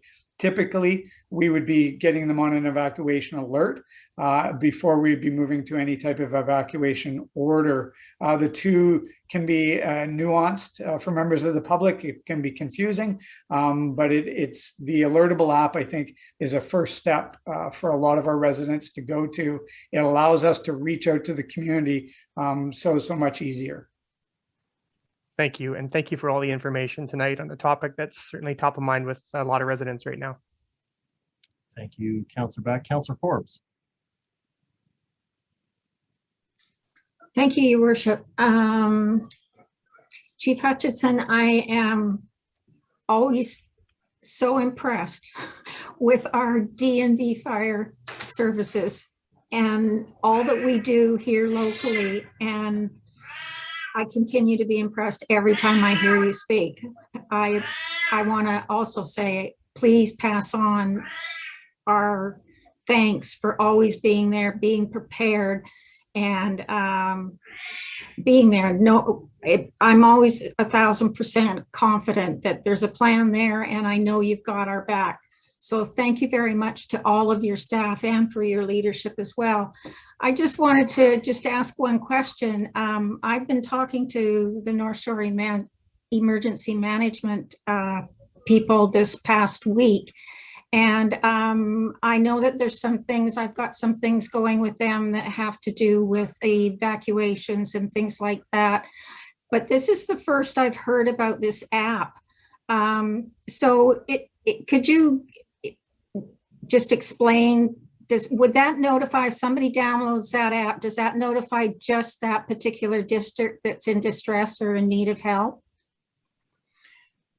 Through your worship, Councillor Forbes, what it does is individuals can alter the settings depending on what they want to be notified for. So if you're a North Vancouver resident and you want to be notified for any incident taking place on the North Shore that could impact you, that notification can come through. If you only want critical alerts, you can set it for simply critical alerts. Geofencing, so to speak, of specific areas is the next step to come. But the reality is if we were issuing an evacuation alert for one area of the district, we would actually want everybody in the district to be advised of that. So having that app available, and while we have been trying to get it out through communications, through our internal communications, social media, I think it's an area that we can probably revisit again given the level of concern I think that's out in the community, and reassure people that this is a communications tool that they should have on their phone. No, I think it's a wonderful thing that we have that, and I'm really glad that I found out about it, because there's in Upper Lynn Valley, there's a number of our residents up there that are either don't drive, have mobility issues, are single residents where they're living. So they're very concerned about if something should happen, but in the forest up there in Lynn Headwaters or the canyon, they're very concerned about how they know and then how would they get out. So thank you very much for letting us know about this app tonight. I'm going to look into it further, and I'll spread the word on as much as I can with people I know. And thank you very much again for everything you do. It's hard work. I know you do a lot of training, and it takes a certain caliber of somebody who wants to go into the danger instead of out away from the danger. So thank you very much. Thank you, Councillor Forbes. Councillor Curran. I just had a short follow-up question that hasn't been covered. Typically, we think of sort of urban forest fighters and then wildfire forest fighters, and BC Forest Fire Service is tied up at the moment, and largely, and they've been bringing in firefighters from other countries. How do you see that changing over time, like in the district? Because, you know, it's like I was saying, everyone's kind of tasked with doing more and different than they ever have before. Does every firefighter that we have, are they trained in both, or are there, and then, you know, over time, I guess, do we have the capacity? Is that something we need to be considering? How, I guess it is, because there's a shortage right now. But yeah, just a little bit more of an understanding between like BC Wildfire and our local, and how that works would be, I think, helpful for me anyway. Thank you. Thank you. Through your worship, Councillor Curran, all of our personnel are trained to the same basic standards as a wildland firefighter. That was actually a recommendation that came out of the Firestorm 2003 recommendation report. Back then, there was a clear delineation between the two. And we've been very fortunate that that's a piece that we revisit every year. So all of our members have that base level skill set that we build upon, and we add things like I think of the 140 members, 115 of our personnel are all provincially certified as structure protection specialists. We have that 24-person special team of individuals that are trained at an even higher level in alignment with BC wildfire standards.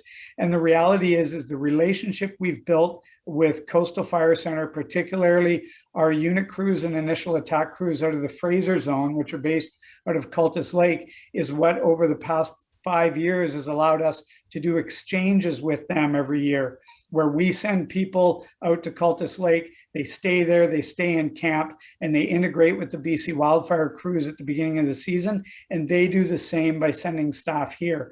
It allows us to work seamlessly.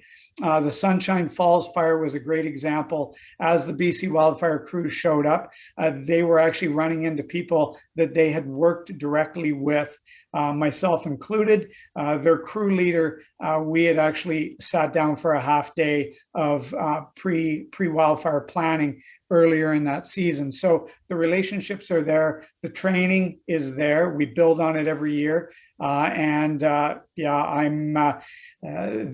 seasonal nature of our wildfire staff from BC Wildfire means that they come back and get recerted every year. The career full-time nature of our staff means that we just keep building on those skill sets and keep integrating that into the type of work we do. Just wanted to make sure that there was a distinction here. There are two really key apps that can help people, both the Alertable app, which we use locally for conveying North Shore emergency management and important critical information locally, but then there is also the BC Wildfire app, and that one can provide you with what's going on throughout the region, but it also can tell you that you can zoom in on the map and see what's happening very locally, including areas that have been burned, areas that are under alerts and evacuation orders. So there's some very good resources available to us, taking advantage of technology, stuff that we didn't have 10 years ago available to us. So if people are interested, that's certainly available to them. I have a bit of a question for Mr. Bowes. You know, again, this is all going to come down very locally to somebody. As people feel stress about a fire in the community, we get even later into the season, we're deeper into drought-like conditions in the community. When people see a dead or dying tree in and around their property, in the interface zone between them and public property, can you just sort of describe the process that needs to take place for the removal of a hazard tree under those conditions?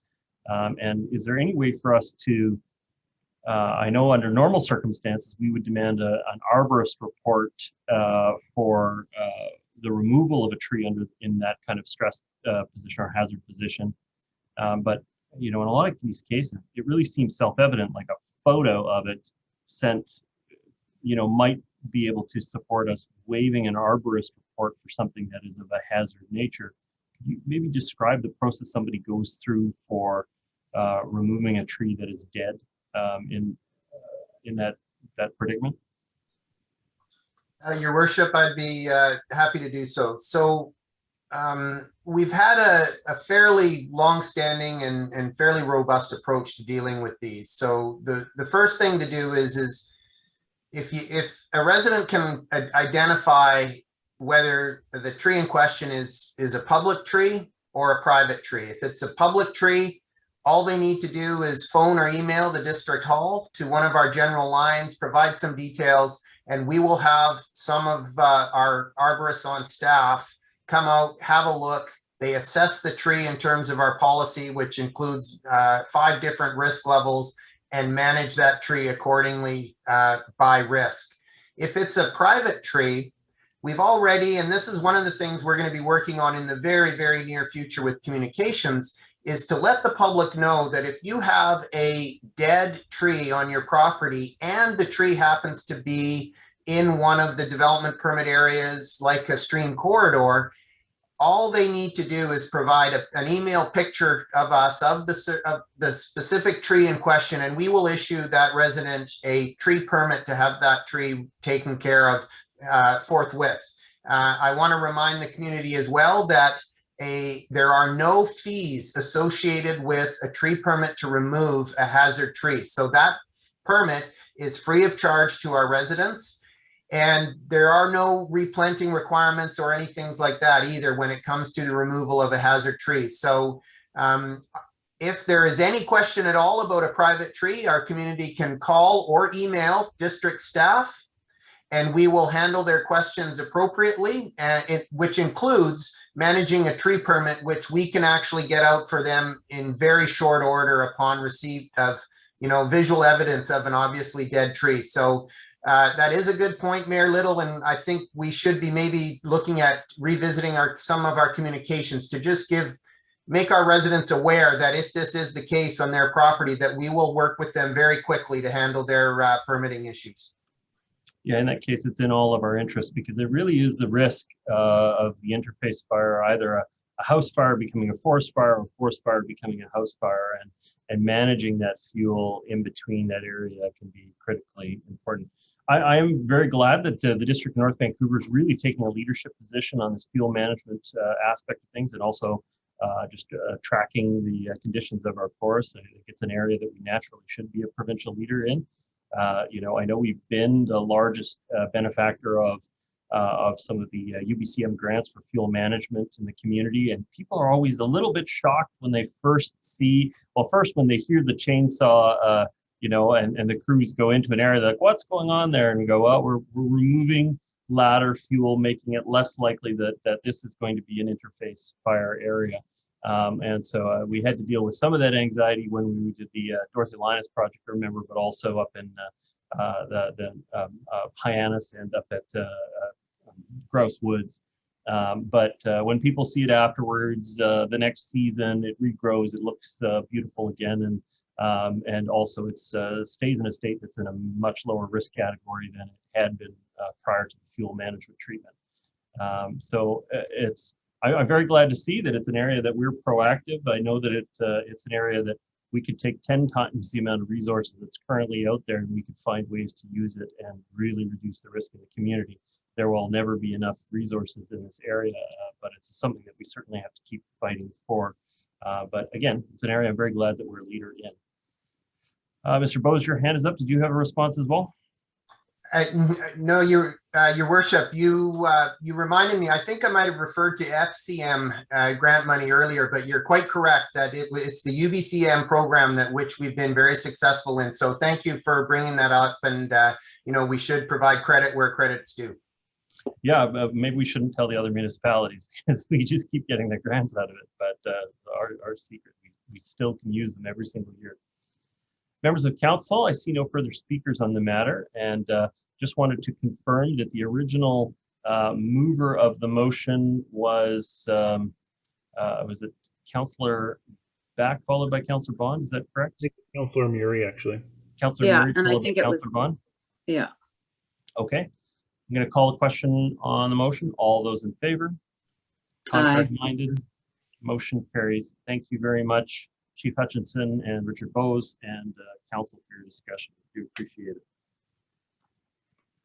Okay, so the next item on our agenda is item 8.5. This is the Hi, Mayor Little. Should I go now? Yes. I didn't mean to interrupt you, but I have previously recused myself from any of these discussions, and so I will recuse myself again for any potential conflict because I own a business on Gallant Avenue. So I guess I get whisked away. Yes. Thank you. Yes, we're going to move you away, and then we'll have you come back for the next item. Thanks. So I don't know if we can have the clerk's department move Councillor Curran to a lobby area.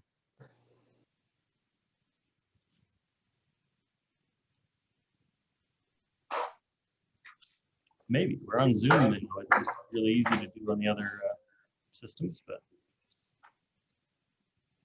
okay.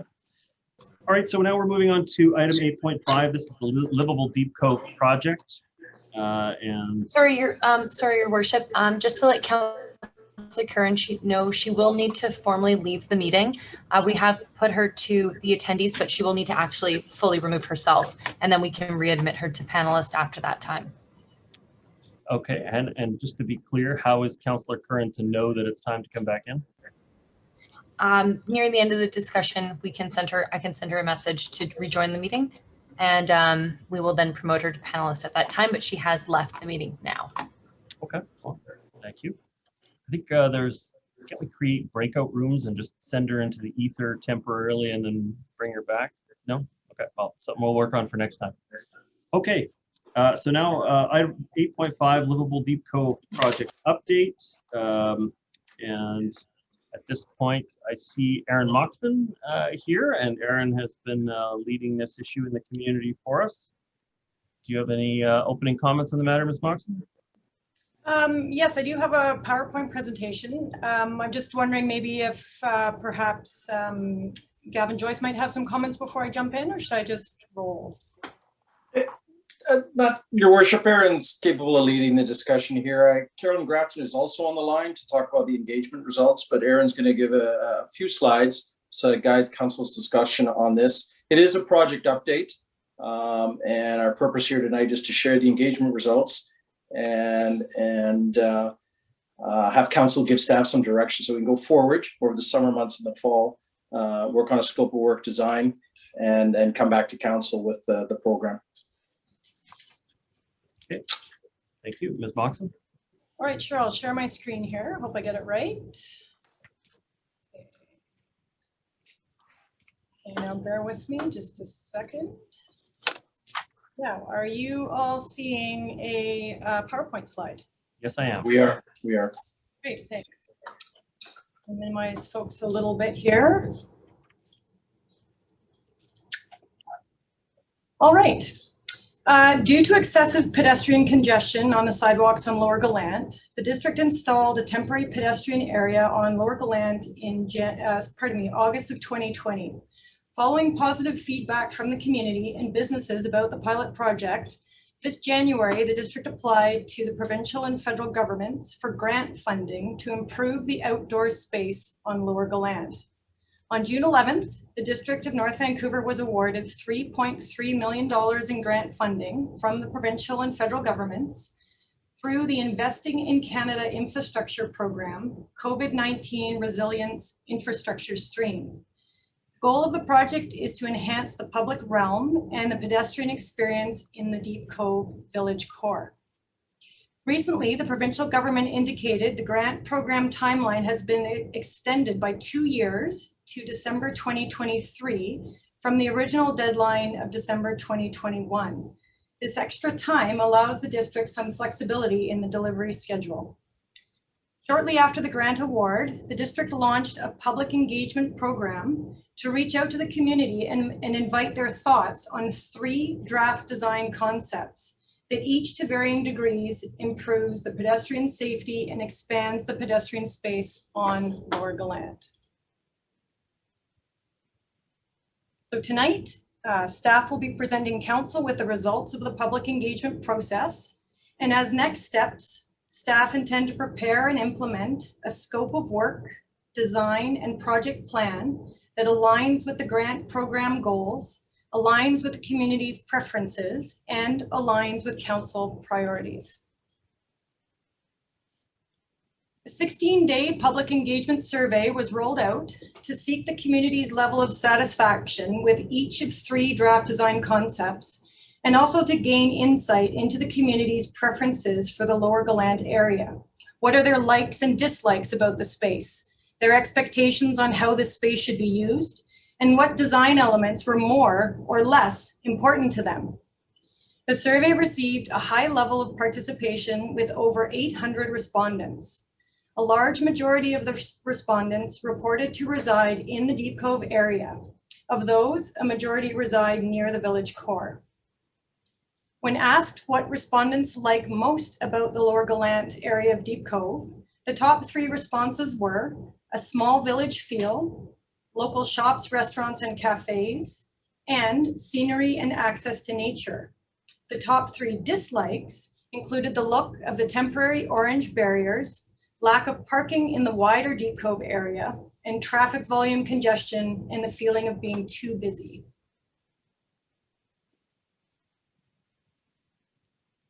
Respondents showed a high level of desire for change on Lower Gallant. When asked to identify priorities for what should change on Lower Gallant, the 3 most important potential improvements were pedestrian accessibility, protected pedestrian areas and permanent seating, and street beautification. Not surprisingly, parking was revealed to be a continued and outstanding issue facing Deep Cove area. However, the community remains divided as to how this should be addressed. For example, while 1/3 of respondents felt it important to have no parking on Lower Gallant, 1/5 felt parking on Lower Gallant is needed. Parking clearly remains a central issue, and moving forward, staff will consider how transportation demand management tools, such as parking regulation changes or pay parking, can potentially address some of these long-standing parking challenges. Respondents were presented with 3 draft design concepts for Lower Gallant, none of which require the Naughton Detour to remain permanently. The concepts range from full renewal street redesign to minimal improvements. Respondents showed a clear preference for the full renewal concept, which focuses on permanent changes, storefront to storefront, with expanded seating and pedestrian areas.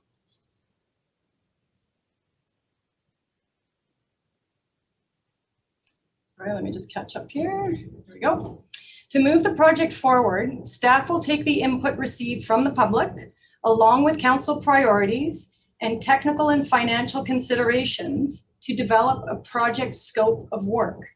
This will include a project plan with a refined scope, schedule, and budget, and a concept design, all of which will be reported out when available. The design will be based on the full renewal option because it received the highest level of support, and will also be based on the community's stated needs and preferences, which are a focus on accessibility, protected pedestrian space, and street beautification. In terms of timing, the extended grant program deadline allows the district to leverage opportunities to incorporate or reschedule active transportation elements, which are a council priority, into the project. For example, by realigning the district's transportation work plan to complement this project where possible. The extended grant program deadline also allows us to defer the start of construction, which was originally intended for this fall, so as not to overlap with the Gallant Creek storm sewer replacement work that's ongoing on Upper Gallant currently. Lastly, it gives us time to assess other identified issues, parking in particular, and develop responsive strategies. So in summary, we wanted to share the engagement surveys with Mayor and Council and give you an indication of the next steps that staff intend to take over the next few months. That's all I have at this time. Okay. All right, I'll be moving that the matter be received, but that the matter be deferred to the fall for further discussions. Second. Seconded by Councillor Murray. And, you know, we got the extension, we fought to get the extension, we got a 2-year extension, and it seems like this is a good time for us to sit down and talk to the community about what this could look like. I don't see why we would have to rush on this matter at this time. We have bought some time with the grant process, as I said. I think that in the end, you know, full renewal is going to be the direction that we go, but some of the elements I still have some questions about what that would look like. What full renewal, but really retention of the flexibility in the space. And so some of the elements like rain gardens and fixed benches and others may limit our ability to use the space for a special event if we've already got these fixed elements in place. And I also think we haven't really addressed that other key issue. Councillor Murray has raised it before, and that is the role of an outdoor customer service area and how that would work there. The typical pattern of an outdoor customer service area on a restaurant is that each restaurant would have their own fixed outdoor customer service area, which would in effect balkanize this expanded patio and sidewalk space, or make it not meet the requirements for Vancouver Coastal Health's outdoor customer service area, in which case only the portion immediately adjacent to the building would become the licensed area. And I think we do need to further explore whether we can make the entire strip to be considered an outdoor customer service and liquor area, so that we don't have to have them all as separate cordoned off seating for each individual license holder. I'd like to get that figured out before we move much further forward, because I think it's going to dramatically change how we lay the space out. If at the end of the day, Vancouver Coastal Health comes back and says, or sorry, Liquor Control and Distribution comes back and says, nope, sorry, we're not going to make the move. We want each business to have their own separately controlled area, then I think what you're going to do with the space is going to be dramatically different. So I'd love to be able to address those kinds of questions. Once again, I think we have time. We should take the time. There's a lot of things going on in the Cove right now, and people are quite anxious about obviously the culvert project, and then access to Quarry Rock and the parking imposition with a third of the parking lot closed currently. This is one where we can take a little bit of extra time and come back to the matter in the fall. But it would be really great if we could get those answers from Liquor Control as to whether or not they would consider allowing us to designing it as one larger customer service area that all of the restaurants can sort of take advantage of, assuming they have a liquor license in good standing adjacent to the space. Anyway, that would be my comments. Councillor Murray, you seconded the matter. Thank you, Mayor Little. Just on that last point that you've made, I think one thing that we're absolutely going to have to consider is if you were to license that whole area, I hear background noise or Always something. Gavin. Like, Gavin, turn off your mic. I turned him off. Go ahead. Thank you. Sorry. Oh, now he's made me lose my train of thought. Oh, it's come back again. So I guess the thing that I would just, the alarm bells are going off. If you're going to license that whole area, then you're going to have to deal with the noise for the residents that live above that area, which is now relatively quiet, except for, maybe some summer nights when kids are having ground parties and stuff like that. But if you were to license that whole road, that would have to be a whole nother process that we would have to go to. I go back, 30 years when Deep Cove Gallant was very different than it is now. It was the Savory in the nutshell, and the little drugstore, and the park was open and you could see the water. And now, then a big apartment building was put in. And when the apartment building was put in and there were some improvements done, Gavin will remember, I question the issues in the survey in regards to accessibility, because the issues of accessibility have always been very prevalent in the Cove on sidewalks. Primarily when we did improvements or so-called improvements, and when that apartment building was built, the lamp standards were put in the middle of the sidewalk. Big planters were put in as part of the design of the building, and all of a sudden you had mass inaccessibility. The same was true for Mount Seymour Parkway. When we widened Mount Seymour Parkway before my time and ran the trees down the center line, there were sidewalks put on both sides, and the old lamp standards landed right in the center of the sidewalk. So again, inaccessibility. When we pulled the sidewalk into the center line, it was because we wanted to offer more social distancing because of COVID, and every municipality around the world was doing it except for Europe, because they already had big plazas and you could social distance.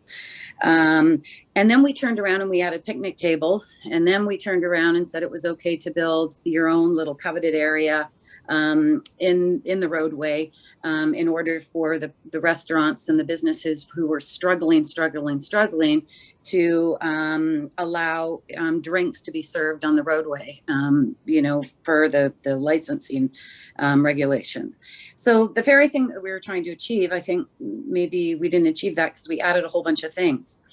The Cove is, as you said, Mayor, a little anxious, and I concur with your comments. If the renewal of Gallant Avenue goes curb to curb to offer sort of a more open, flexible space, like those plazas in Europe, like the open air gathering spaces in the little villages that we're trying to replicate, then keep it open and keep it free of stuff, and have tables go out and chairs and then come in and then go out the next day.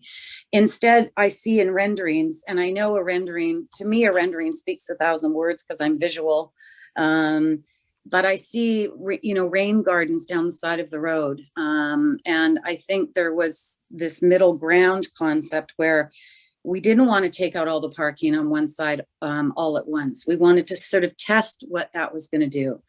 The word attraction has been used, and the Cove is the last place that needs any more attractions. I mean, we've got Kate Winslet talking about donuts. We've got Quarry Rock that is the subject of memes on my kids' TikTok apps.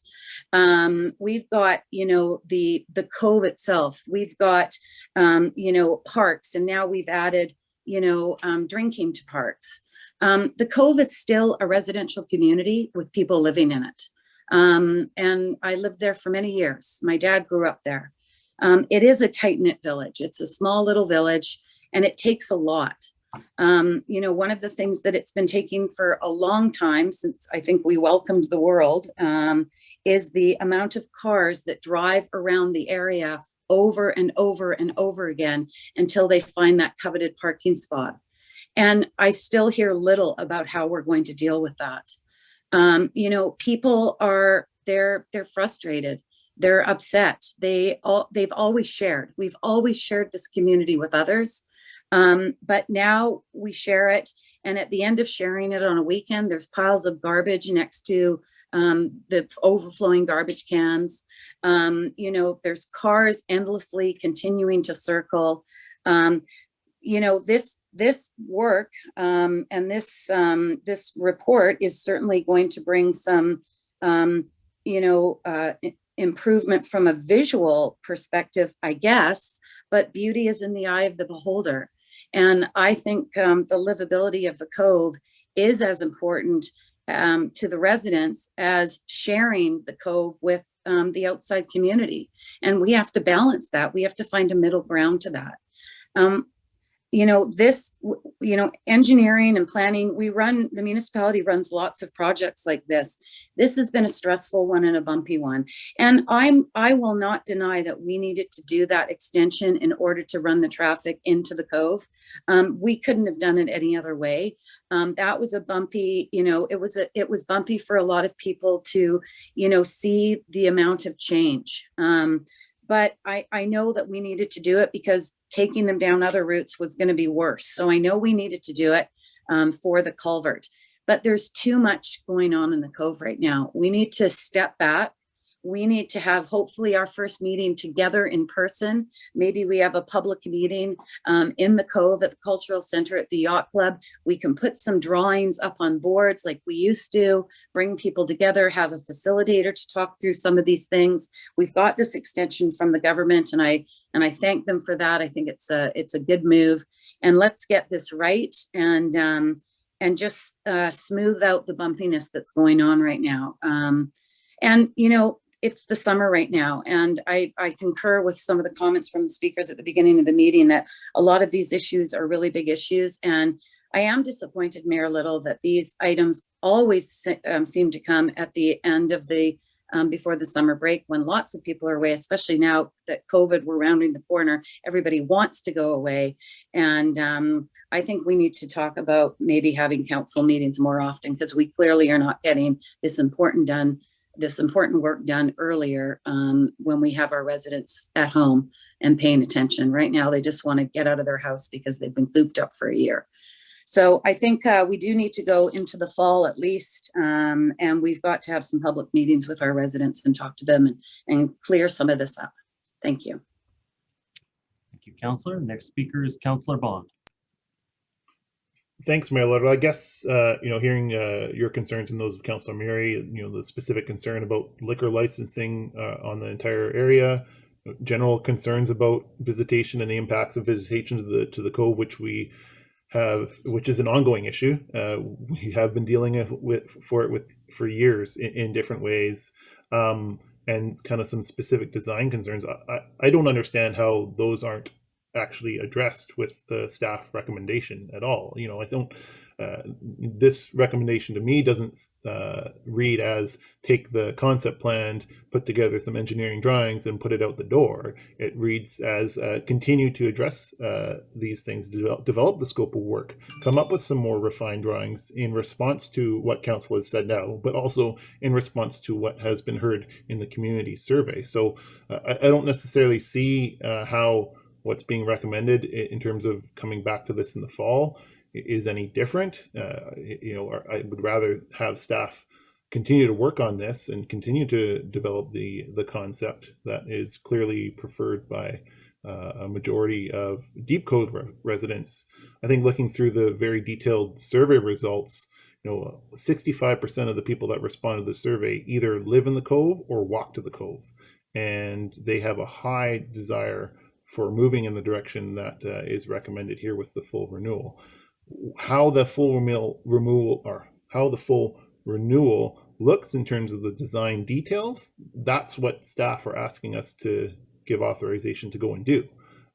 So I don't know if staff just need a break for 3 months and that's why the motion is here, but I'd rather have staff have the authority to continue work on this project to refine the details in response to council's concerns and then those raised in a very engaging public process. You know, there's a lot of detailed comments in there that staff will have to address, but I don't see how this motion is anything different than just punting this for 3 or 4 months until the fall, when we will likely have a very full schedule of council workshops and agenda items anyway. So I'd rather see staff start to work on this and then, come back with more details in the fall, not just start the process all over again in the fall.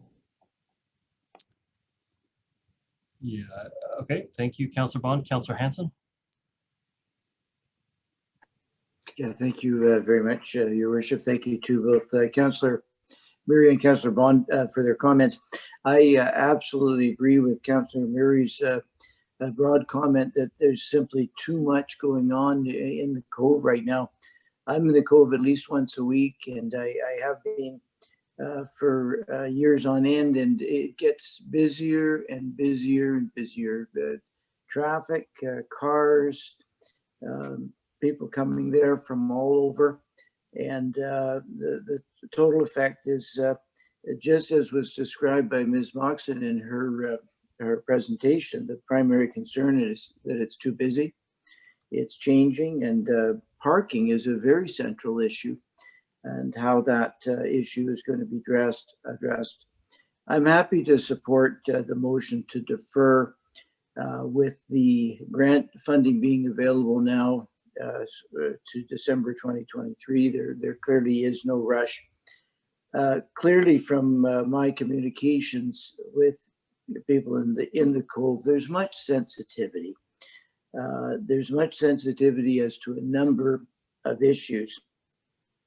And personally, I'm open-minded as to the future of Gallant. I'm not as confident as some perhaps in these particular survey results. And for my part, I would really like us to consider whether the upgrades of Gallant that are being discussed will bring anything positive to Deep Cove residents, to our taxpayers who live down there. Does this actually bring anything that they want? I think that's a question that remains unresolved. I also want to make it absolutely clear that whatever we do to Gallant is not related to the Naughton detour, and I think it would be in the best interest of this council and the community to resolve the Naughton detour issue, return Naughton to a partially forested area, perhaps with a walkway, and because I think there's a certain skepticism out there. Well, I have heard it, that the upgrades at Gallant are part and parcel of some kind of a plan to continue Naughton as a vehicular route, and whether that is logical or not, that certainly is a perception in the community. And let me say as well that for my part as a councillor, I will absolutely oppose Naughton remaining a vehicle route after the culvert work is completed. My voice and vote will be 100% in favor of returning Naughton to a forested area with at most a walkway. So I think in this particular case, Councillor Murray is absolutely correct. I'm happy to support the motion that's on the table. Let's slow down. Let's make sure we're doing it right, and make sure that whatever we're doing in the Cove is serving the Cove, and not serving perhaps some grand vision which is unrelated to the priorities of the taxpayers and residents of that important part of our district. Thank you very much. Thank you, Councillor Hanson. Councillor Forbes. Thank you, Your Worship. I wholeheartedly agree with Councillor Murray and Councillor Hanson, and I'm very thankful that we got the extension to December 23, because I think it allows time for us to give the Deep Cove area a break. It's been going through a lot, and even before the infrastructure, water main infrastructure started, they've been going through years and years of the parking problems and the traffic problems, and it's just been nonstop for a long time. So the infrastructure we had to do, and it would have to get done anyway, and it was due to be done now, so that's fine. But I think this project, the livability, now that we have the grant, because we thought there was such a short timeline on this, but now that we actually have the grant and have the extension, I think it's time that we really have a chance, and the community has a chance, because this has only been published for a week, has a chance to really study this, the results of this. I personally don't think 818 responses is, it's good, but in order to do any kind of, drastic changes there, I would want to hear from more. So I was wondering, maybe staff, or if there's any chance that, because this was only up and open for comments for 2 weeks, if we are going to move this to the fall, then is there any chance that when we could have maybe a couple more weeks or put it up and leave it up until the middle of September kind of thing, when more people are back home? I think that would give us more responses. I also want to say that even for myself, I'm a bit confused what this full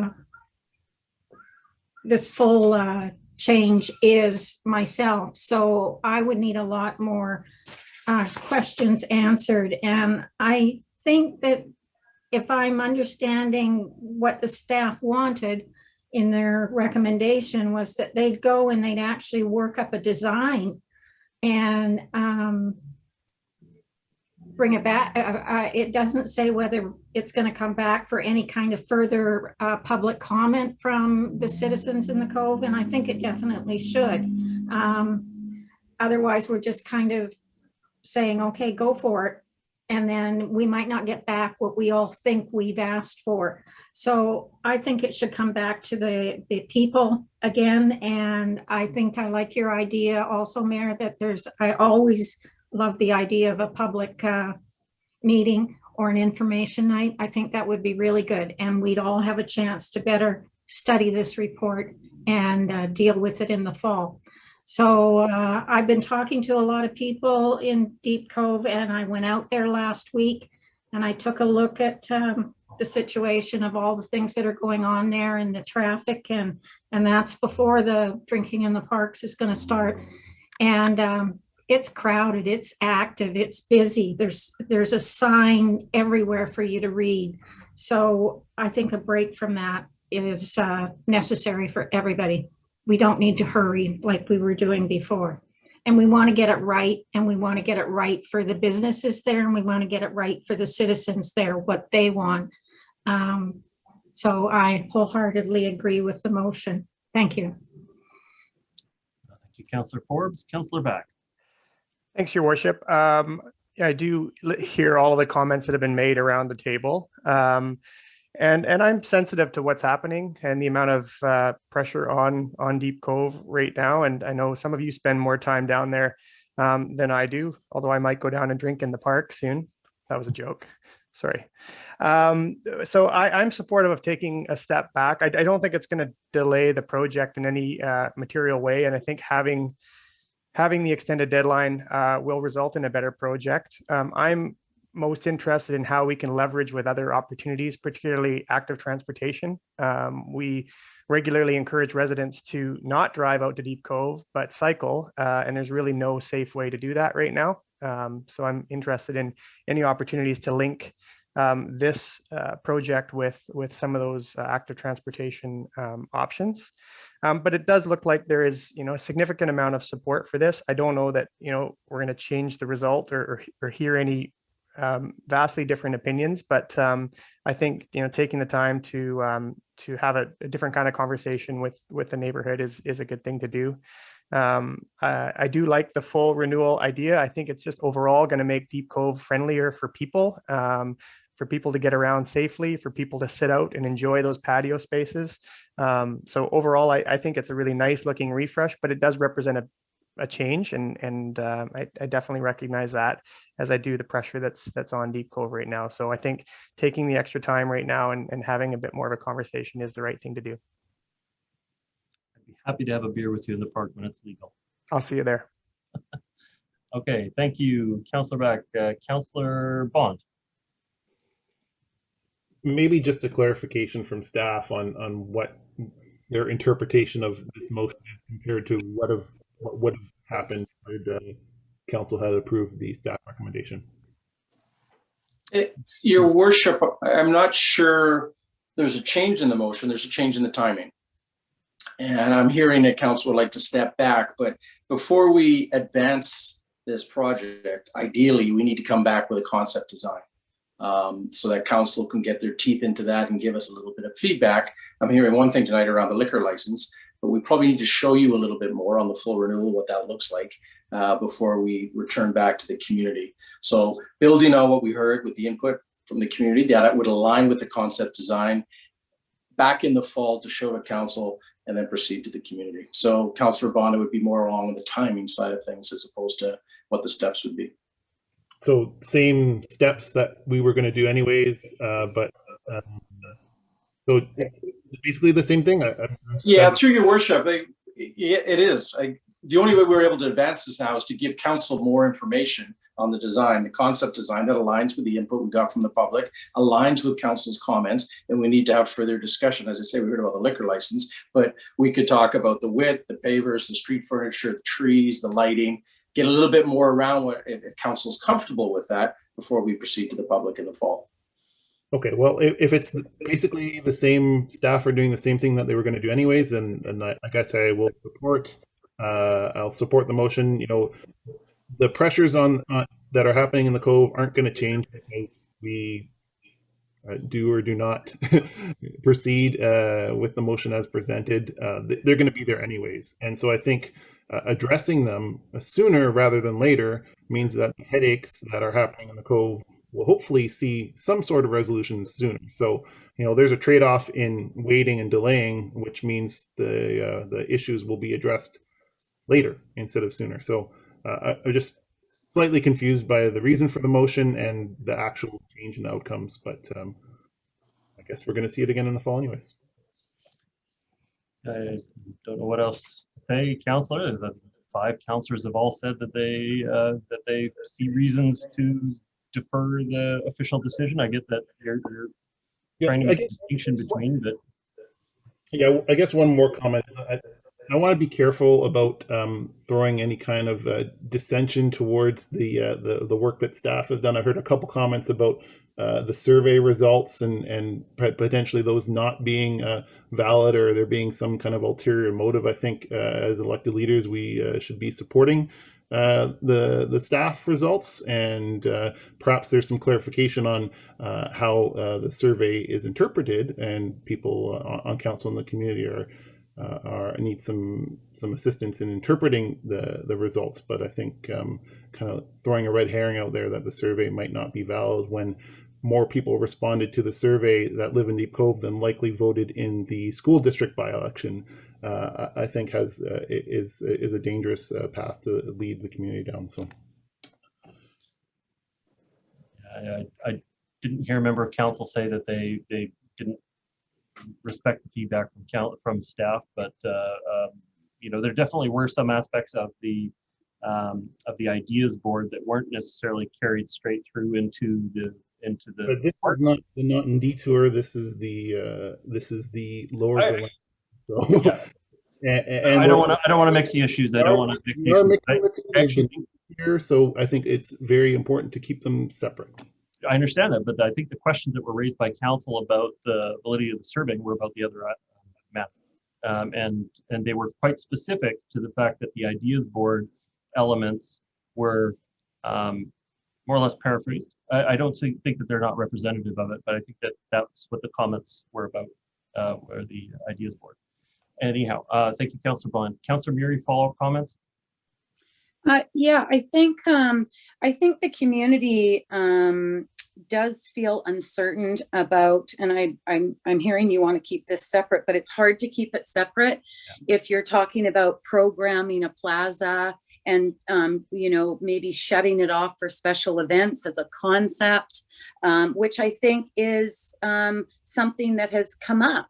And then how do you get the cars up the road? There is some indication that the road would exist for certain, types of events and certain types of programming on that plaza. You're creating that space in order to put people in it. And I'm sure, it's come, across the tables for discussion that, wouldn't it be great if we could, shut the road down? I mean, I've told you in the old days, we just moved the hay bales and the bus went up the road, right? But clearly, the connector has been a challenge in having this discussion, from the community's perspective, transparently. Councillor Hanson has stated that he will not support a road there to allow vehicular access. And maybe we need to make that decision before we talk about Lower Gallant. The idea that any of this is going to solve the problems in the Cove, I don't know how any of this can even begin to solve the problems in the Cove. The problems in the Cove primarily are because the amount of volume of people coming into an area that has no infrastructure to support that volume. Whether you leave that connector or not, and whatever you do with it, is not going to help the circulation issue that the residential community experiences every single day in the summer, and both on the shoulder season. The shoulder season used to be a problem. That's why Deep Cove Days, was created, was to help the businesses in the shoulder season. Now there is no shoulder season. It's just all one big, huge amount of volume coming into the area all the time. And it's very challenging. The world knows about Deep Cove and they all want to come there. And again, the balance is not there. The balance is challenging to maintain, if at all. So I don't want to make this decision. I want the community to make this decision. And I think some of the things that I've seen, for instance, again, visually in the rendering, is water gardens on Gallant replacing parking. And I thought we were looking at keeping one side of the road open for parking. And now we've put in these static rain gardens. And although they're very attractive, they're going to remove parking. And I think the businesses that I've spoken to, they support keeping one side of parking down there. We need to deal with the parking and circulation issue from a traffic perspective now. Are we going to put resident only parking into the Cove? And when I say the Cove north of the Parkway, yes, access into the area by bike along the Parkway, not as challenging. Along the Dollarton, very challenging. So there's lots of things that we need to do. And I don't know why there's a detriment in going back out to the community and talking to them again and showing them some pictures before we make a decision. Thank you, Councillor. Mr. Stewart. Your Worship, we really appreciate the comments. That's why we brought it to Council, to get some sense of where you're at. We've spent about 45 minutes on basically what is a deferral motion. We understand that Council wants to engage the community more out there. We understand that. I don't know how much more we're going to go over this. We've got a deferral motion. We understand that you don't want to make a decision or provide direction. Councillor Bond is quite correct in the sense we'll still do background work because, quite frankly, some of the issues that have been identified, such as a common licensing area, I don't even know if it's possible. So we'll do what we can to provide and be in a position in the fall to provide council and the community with more information so that we can have a really robust discussion. So. Thank you. Okay. Second time speaking, Councillor Forbes. Thank you, Your Worship. Just a couple of things I wanted to say is Mr. Joyce mentioned that we'd identified the liquor license that needs to be ironed out here probably before we get too serious about this. But I also really want to emphasize we need to deal with the parking before we get too serious either. I mean, whether we have one side of the street, two sides of the street, none of the street for parking, And that's an issue that I think is just as important, that we need to look at that and solve that problem before we go any further down this road. And I would just like to say that in the summertime right now, we are using some of the schools parking to curb some of those issues. But Deep Cove seems to only get more popular and more popular. So that's not a long-term solution. And we need to address that. And I just want to say, I support staff. It's a lot of work to put this through. But the bottom line is, my job is to listen to the community. And so I'm going to listen to the community, and what the community wants and what they've been telling me is they don't understand a lot of these results the way they've been published. And I think it doesn't hurt to give time for council and community to look at these numbers again and understand it a little bit better and come back with questions in the fall.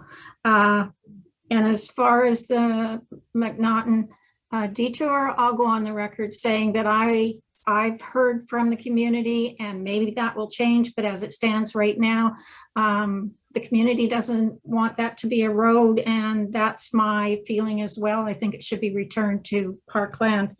And I think there is a distrust there because these things are sort of connected, even though they're not connected. And that's all I have to say, is I just think everybody could take a bit of a breather here until the fall. Okay. Thank you, Councillor Forbes. Call the question on the motion. All those in favor? Aye. Minded. Motion carries with Councillor Bond opposed. Okay, thank you, Council.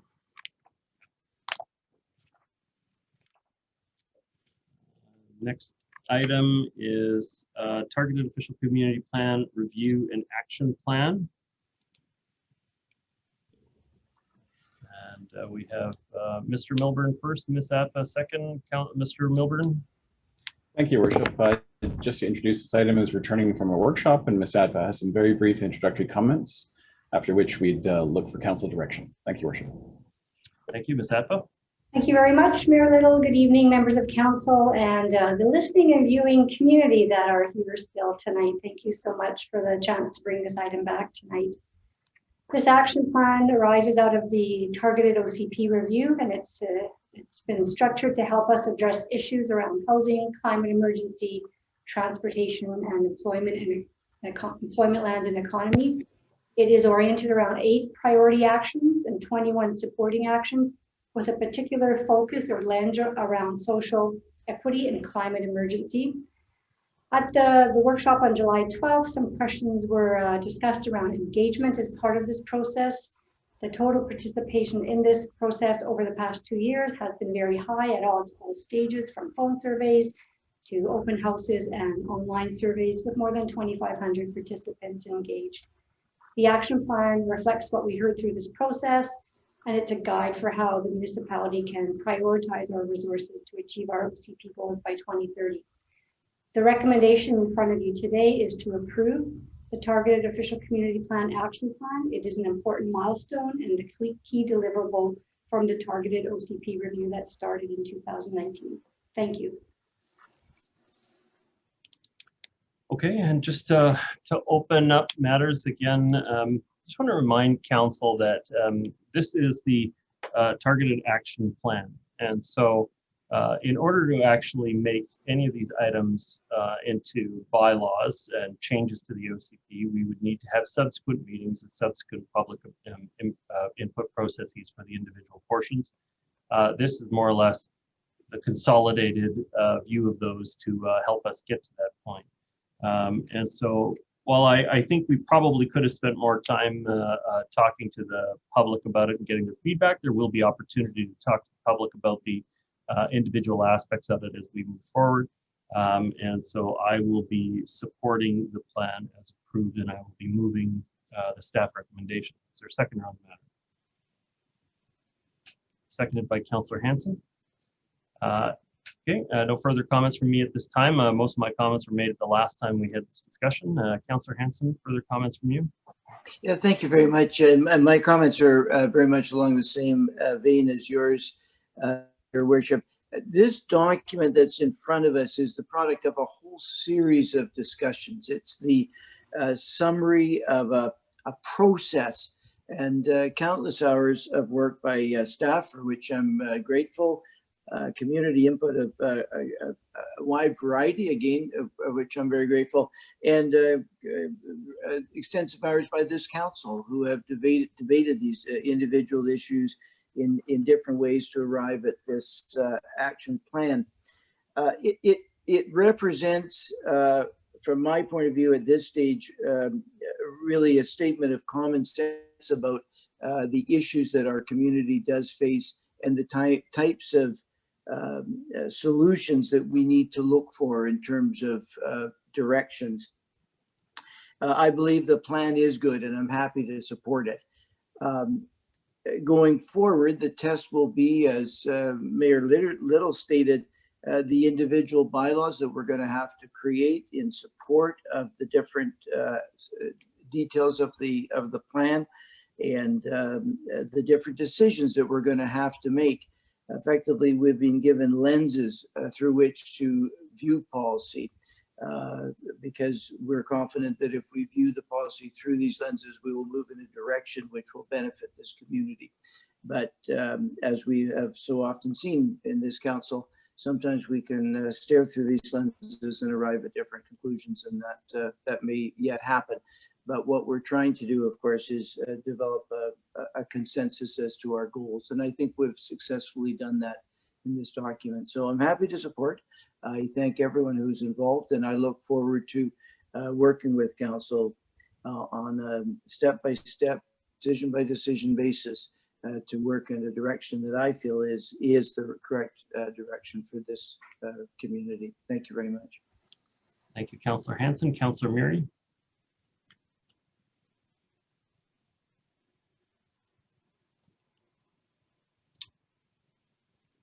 Councillor Murray, can you hear me?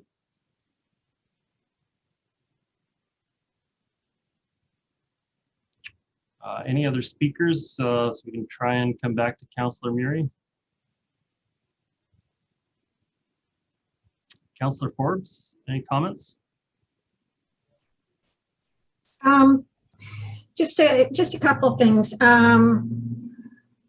This is a lot of work. So everybody who had a part in bringing this forward, thank you. Thank you, thank you, thank you. Because I know from being on the implementation committee how much work it takes to put a document together like this.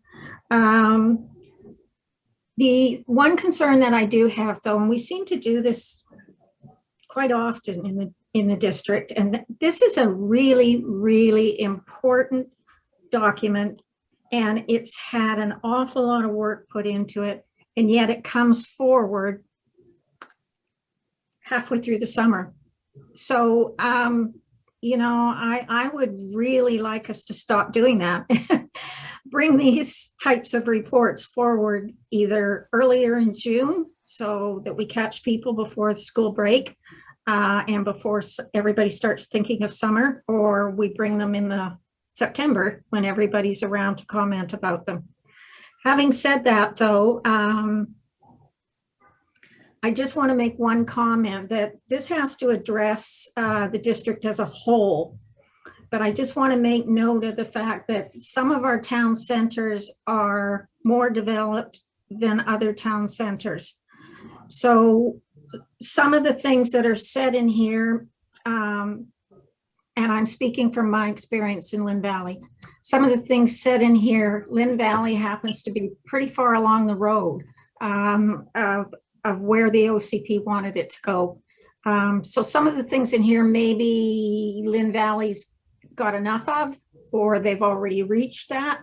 And some of the things in maybe another center, Lionsgate, which is new, or Sealand, they need that. They need to bring in more of the things that were recommended by the OCP. So I'm just wanting to make note of not all town centers are equally developed or in the same stages. So we need to consider that when we go through these recommendations. But as a whole, I support this report, and I look forward to having lots of public engagement about it. And because it's the first step so that we can get farther along to the point of discussing possible bylaws, then I support it for that reason to go forward. Thank you. Thank you, Councillor Forbes. Councillor Murray, I think we got disconnected from you for a minute. No, Are I'm you back. Great. Yeah, You're I'm on speak. my phone now. I'm running out of power. My cord's broken, sorry. So I concur with Mr. Eric Anderson and Mr. Peter Thievin's comments. You know, the first thing that Mr. Stewart said to me when he was the Director of Corporate Services when I got elected was teaching me about what the OCP was and telling me that it was a living document and it was malleable and it was subject to change. And I've raised this in the past. I'm disappointed that one of the action items is not our employment lands, our industrial lands. You know, housing takes 2 spots and the town center takes another spot. And it always seems to be residential development.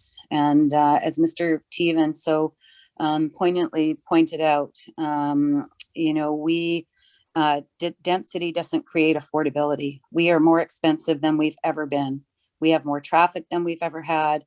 We're a very desirable place to live, and we're a very desirable place to develop because of the land values and the prices that the development community can garner out of this community. All of our natural assets, all of our physical assets, you know, influence that value. And, you know, there's little comment or conversation about that. You know, the issues around highest and best use, they kind of bubble in the background. Nothing ever gets, you know, that hasn't been dealt with yet. It's put businesses out of business. And are we better off? Have we gone back to see if all of the development that we've done, has it made it easier for people to live here? Has it made it more affordable? Has it protected the type of housing that the document talked about? The document says, as part of its policy comments, that we need to protect older housing. And, you know, we've been actively ripping it down. You know, even old single family homes, we're ripping those down to make way for more development. As Mr. Thievin points out, those units that are replacing those single family homes will be more expensive than the homes themselves. And, you know, the idea that single family neighborhoods are, they're a challenge. They're not. It's who we are. We're a bedroom community. We sit on the edge of the city of North Vancouver. And, you know, they've done a good job in regards to densifying the Lonsdale corridor to service the people that they're building for. And we just can't do it like a city with a 5-mile square radius can. If you look in the Lower Lions Gate area, I mean, everybody's going to have to drive to go grocery shopping. We've got one cafe, you know, like, how is that sustainable? It's just not. The transportation network, to be able to accommodate the transportation network across the square miles that we have, the square kilometers, it's hugely expensive. And I just don't think we're the priority. There's other cities that are growing 100 times faster than us, and those dollars are going in that direction. I quite frankly don't know how we continue to afford everything that we're changing. I love this place the way that it was, and I'm, you know, that's evident in my passion for this community and why I do this job. You know, it's a great place, and yet I always feel like we're trying to change it, and I just never understand why. We had an eclectic demographic, and that demographic is going away. They're leaving. You know, it's not that they're dying or haven't been born yet. They're leaving because it's too busy, it's too congested, it's too expensive. They can't afford it. It's not the place. It doesn't feel like that small community anymore. And you know, I think we have to be really cognizant of that. I think we also have to be really aware of you know, what this, you know, the concept of supply and demand constantly comes up. Who's demanding all these units that we're building? You know, have we ever done an inventory about what's out there? I think I raised the issue last week where there's like these incentive packages to come and rent an apartment in Lower Cap and even in North Van City. Like, why are there incentives if we have such a problem with not having enough housing for people?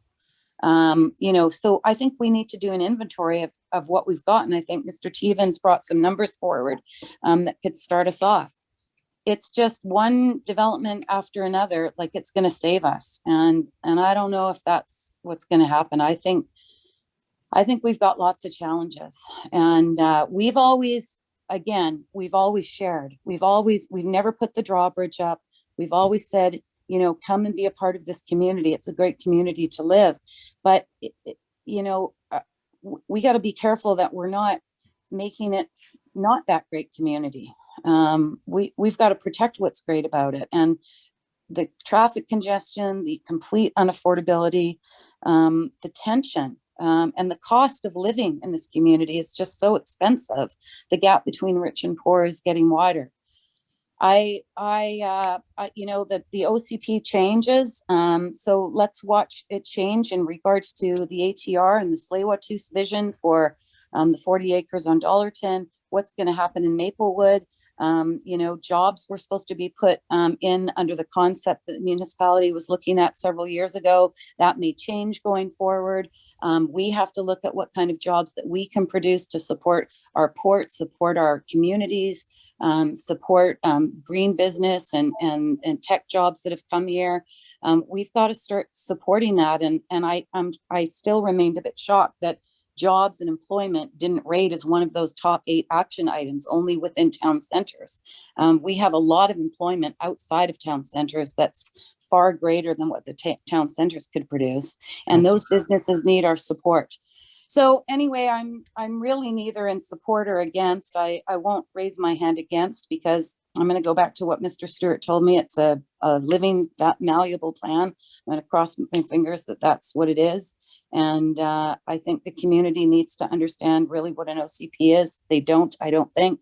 And I think we need to get out to them in the fall and the new year and educate them, get them involved.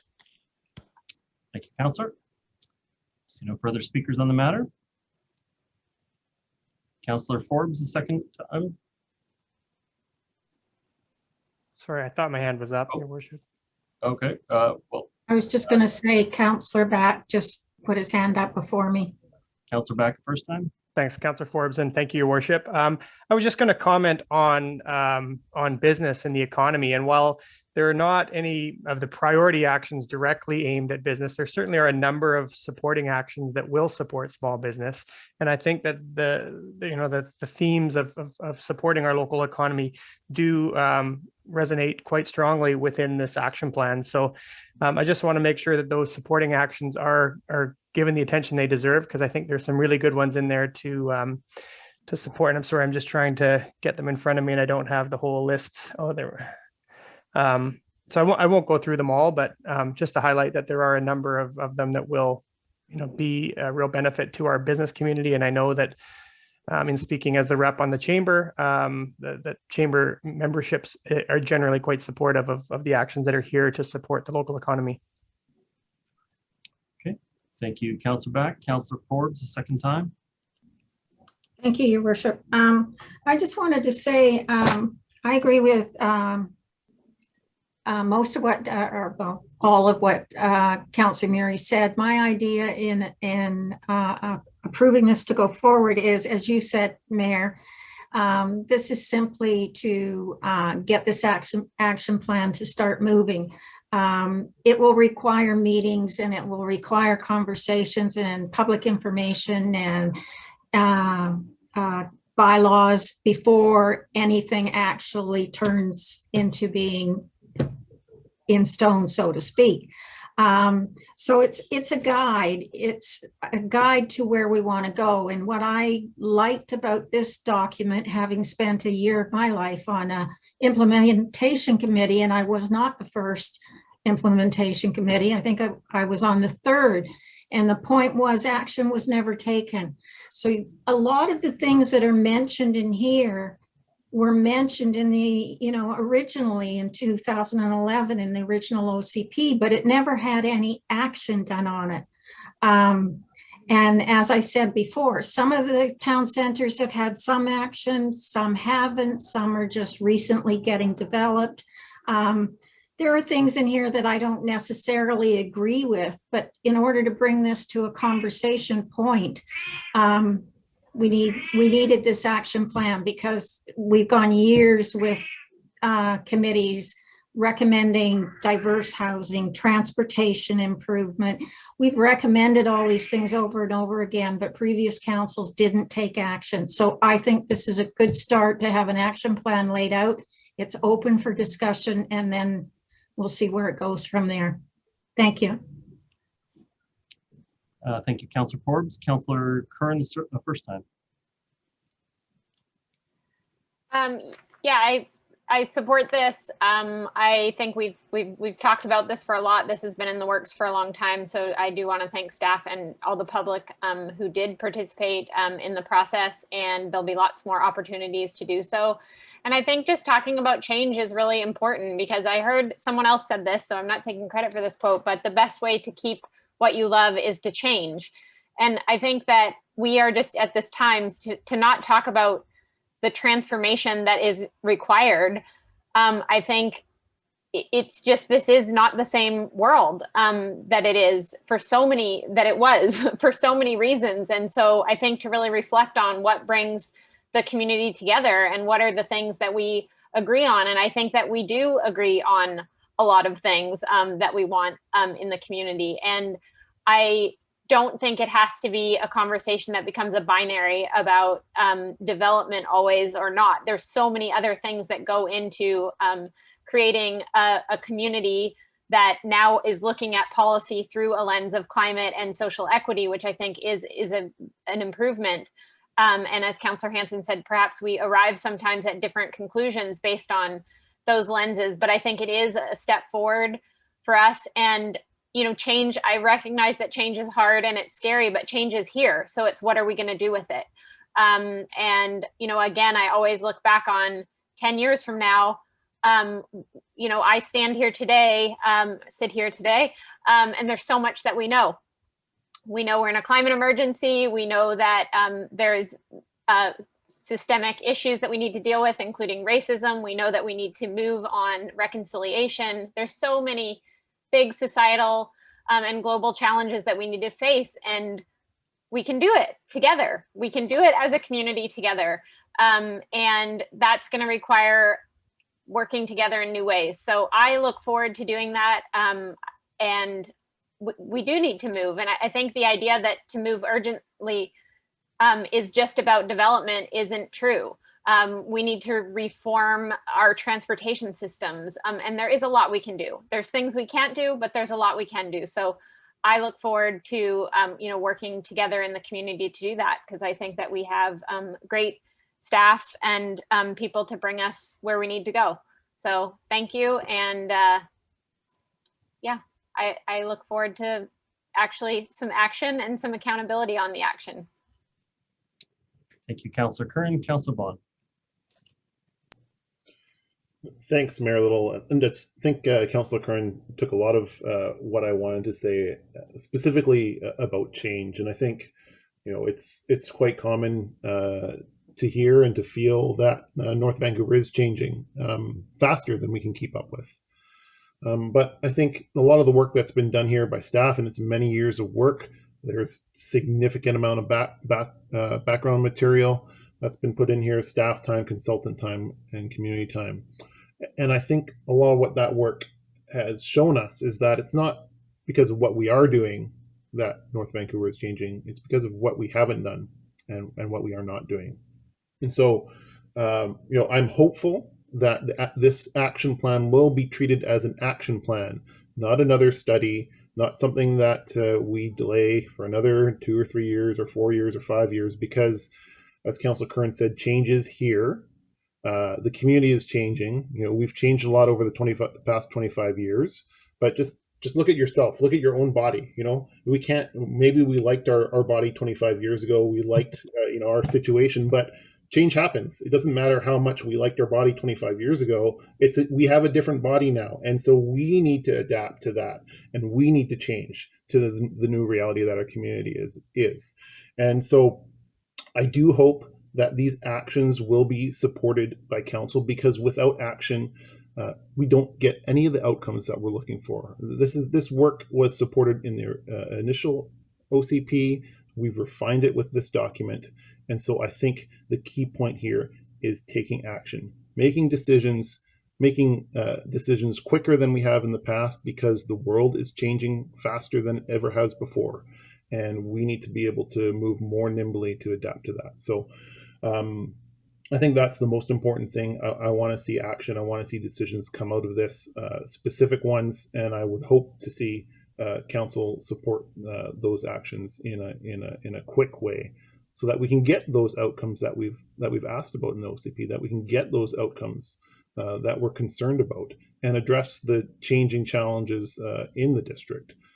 Transportation, housing being kind of the top two, but climate and ecological emergency and employment being right up there as well. So action is key, making decisions, evaluating, following up, and doing that again and again and again as the world changes and as the district changes. So if we don't act, then we get the same thing, which is the whole reason we're here in the first place. We don't like what we're getting right now. And so if we don't act, we don't get anything different.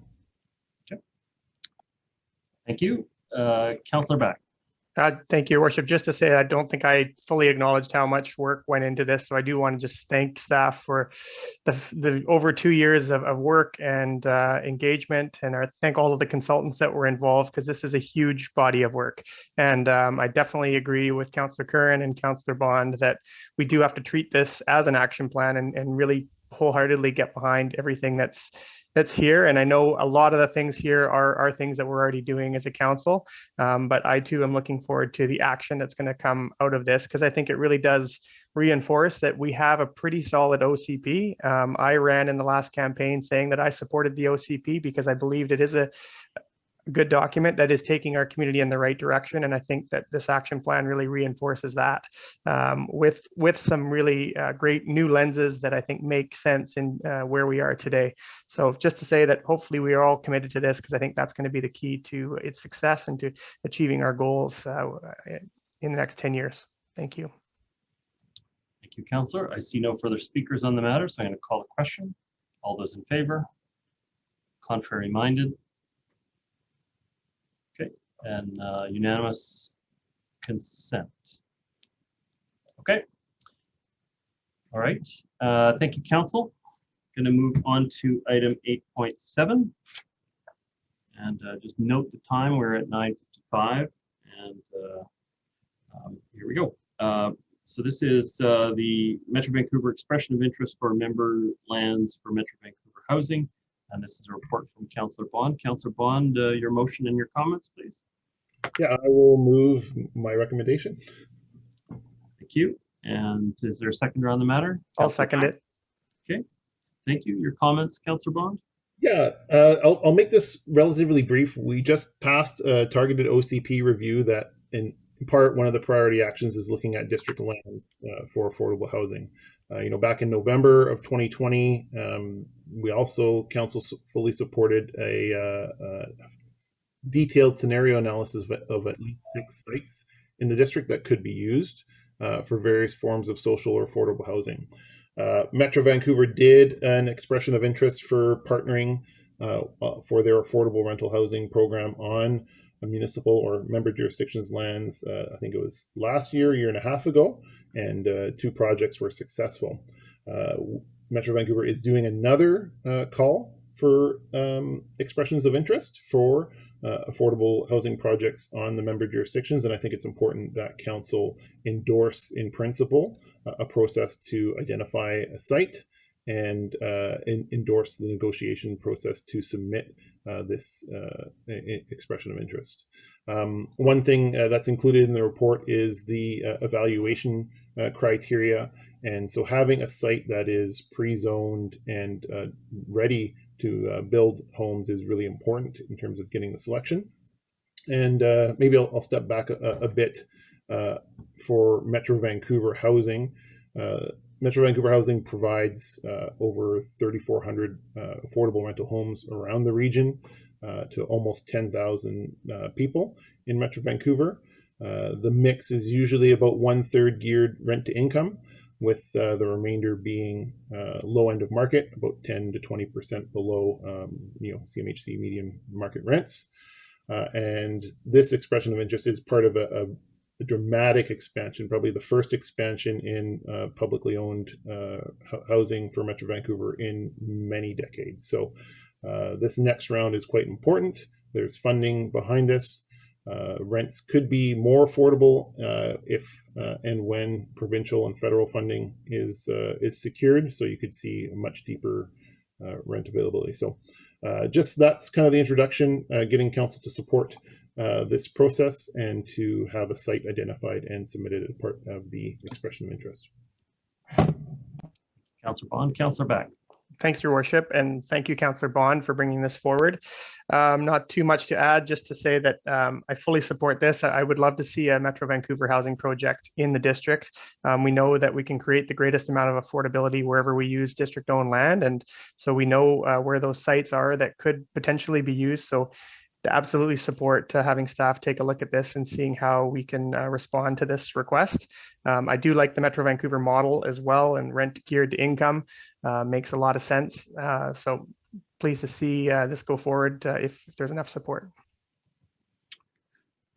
Yeah, for my comments, this has been a priority for me as well. I remember during the campaign the last time around, I stated how I thought it was dissatisfying that we didn't have a project in the district of North Vancouver, and with Metro Vancouver Housing has been producing units in a bunch of other areas. And while the vast majority of it is self-funded through the revenues that they create, the units that are produced, there is an element of it that is us corporately as a group all contributing to it, and I wanted to see the district of North Vancouver get that benefit. I also, in the last election campaign, wanted to make a particular focus on social, affordable, and accessible housing in the community, and social and accessible housing, and specifically deep dive social housing rather than this accessibility piece, affordability piece. My apologies. Generally, the affordability calculations that we were seeing in the community were largely, 10, possibly 15% off of market, and maybe some scheme to give a little bit of a discount. And the vast majority of those cases that those benefits and savings could have been achieved by moving to slightly older housing or to other places in the market. And I thought that it was really needed to be the goal of the district whenever district land is being included to go after deep dive subsidized housing that could not be produced in the marketplace reasonably. And so I do think partnering with Metro Vancouver makes a lot of sense. And the housing that they produce, I know people who've lived in Metro Vancouver housing projects in the region. And it's been a huge help to people because they also particularly focus on family size units in the mix, which is when a lot of people are really stressed financially in our community and definitely need the stability and support of the community. So I'm happy. I want to pursue this. I'm happy to see District North Vancouver land being contributed to a project in this way. I do think that it's critically important that we pre-zone the property. I think that was always one of the challenges in the past for partnered up projects coming forward in the community, is that we put a viable partner in front of the public on issues of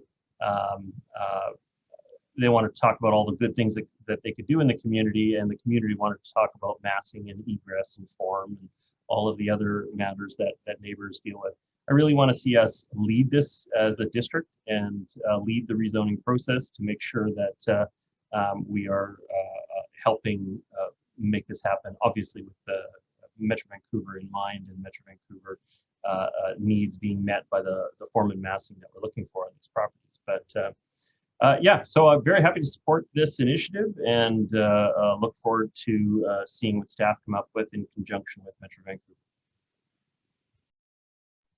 I guess I'm running the meeting. Hang on. The next speaker is Councillor Murray. Thanks, Mayor Little. Yeah, I just would like to, just comment on,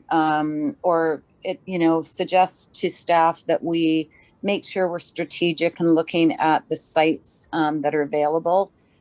It's a shame we have 0 affordable housing in the western side of the district, like a shame. The entire town center of Lower Capilano has no affordable housing. And I don't know why. Why is that? Why is that something that was, part of the vision? It wasn't part of the vision of the official community plan. It was, development applications that came forward with no affordable housing or no social housing. And that was just approved by council. And there's applications right now that are coming forward, and very little. So there's no social housing in any of those. There's below market, but what is market, right? So I'd really like to be able to put something in the western side of the district, and maybe we need to start getting creative. And then when we look on Mountain Highway, for instance, again, there's below market, but there's not that social housing or that deeper dive affordability that's actually very, very needed. So maybe we can look, we own some lots on Mountain Highway, maybe we can look at that and, sort of stray from the concept of, towers and, really mix the housing in there. I'm sensitive about areas in the Maplewood because I think, again, in my comments during the OCP, we need to really understand the employment needs of the municipality going forward.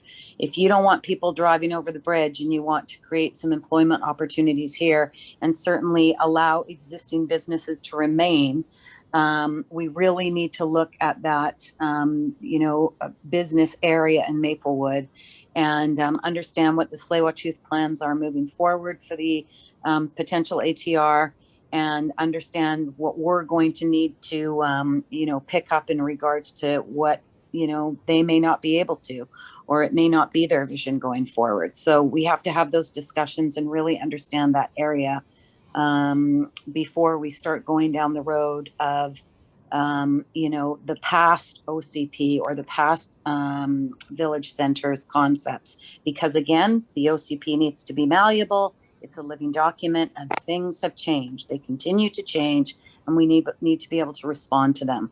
So I want those existing businesses that we've got right now to continue to remain in the district. And so I'm very sensitive about losing any more light industrial land or commercial land.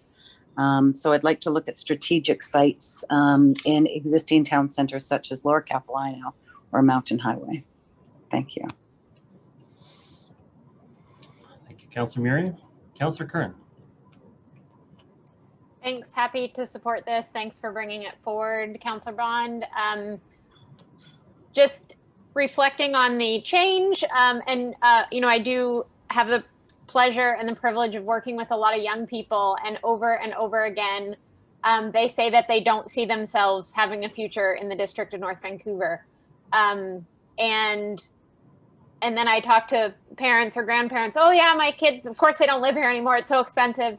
And we've kind of accepted that, and I don't accept that. And that's not the community that our OCP envisioned. And there are all of these factors that we haven't been able to control directly that have impacted that. But I still think we have a lot of influence over what type of community we want to be part of. So I see projects like this as getting us closer to that, and so I'm really excited about that. I think that's an important point from Councillor Murray, like looking at spreading out projects throughout the area as best we can. I'm sure they're needed everywhere, but I think that's a valid point.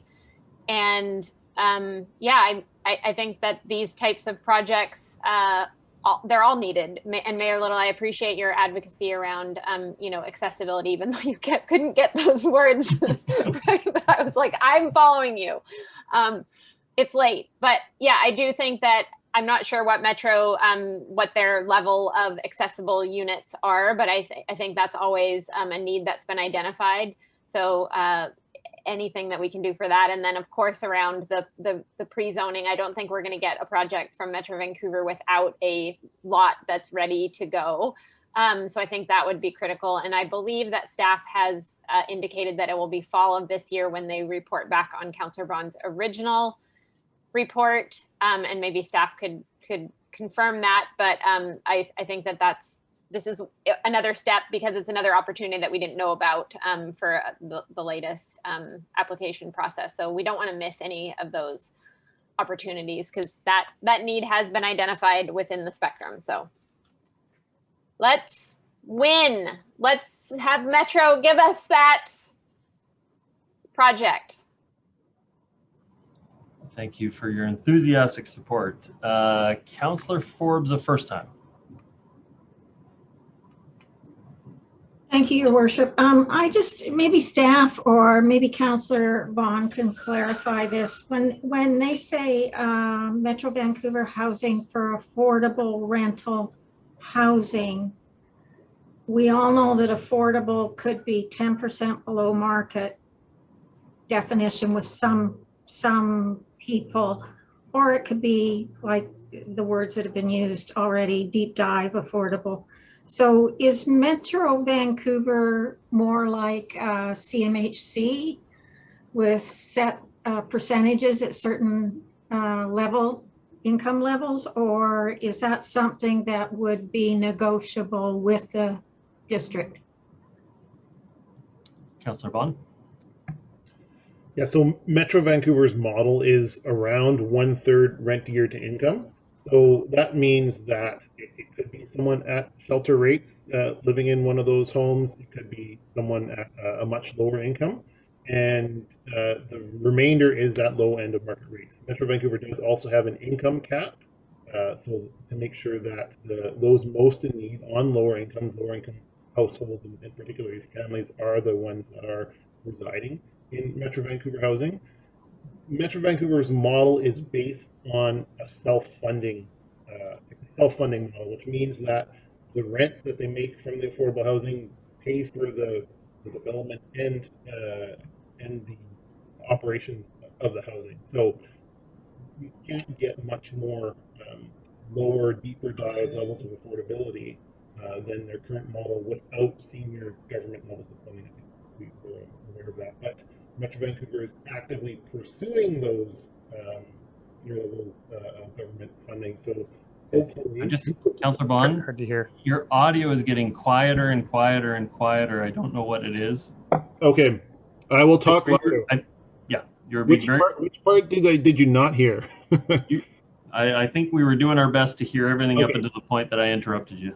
So to get the deeper dive levels of affordability, Metro Vancouver is pursuing those partnerships with CMHC, with the federal government, and with the province to get more of the units and more of the homes that it delivers at those lower levels. But Metro Vancouver has the bare minimum that this is the current model is the one that they can do without any outside sources of funding. Does that answer your question? Yes, it does. Thank you. And one other question then, Councillor Back, if I can bother you again. Do they have, is the main requirement the affordability, or will the district have say in the type of units? And where I'm going with that is kind of we've been, this council anyway, has been supportive of supportive housing.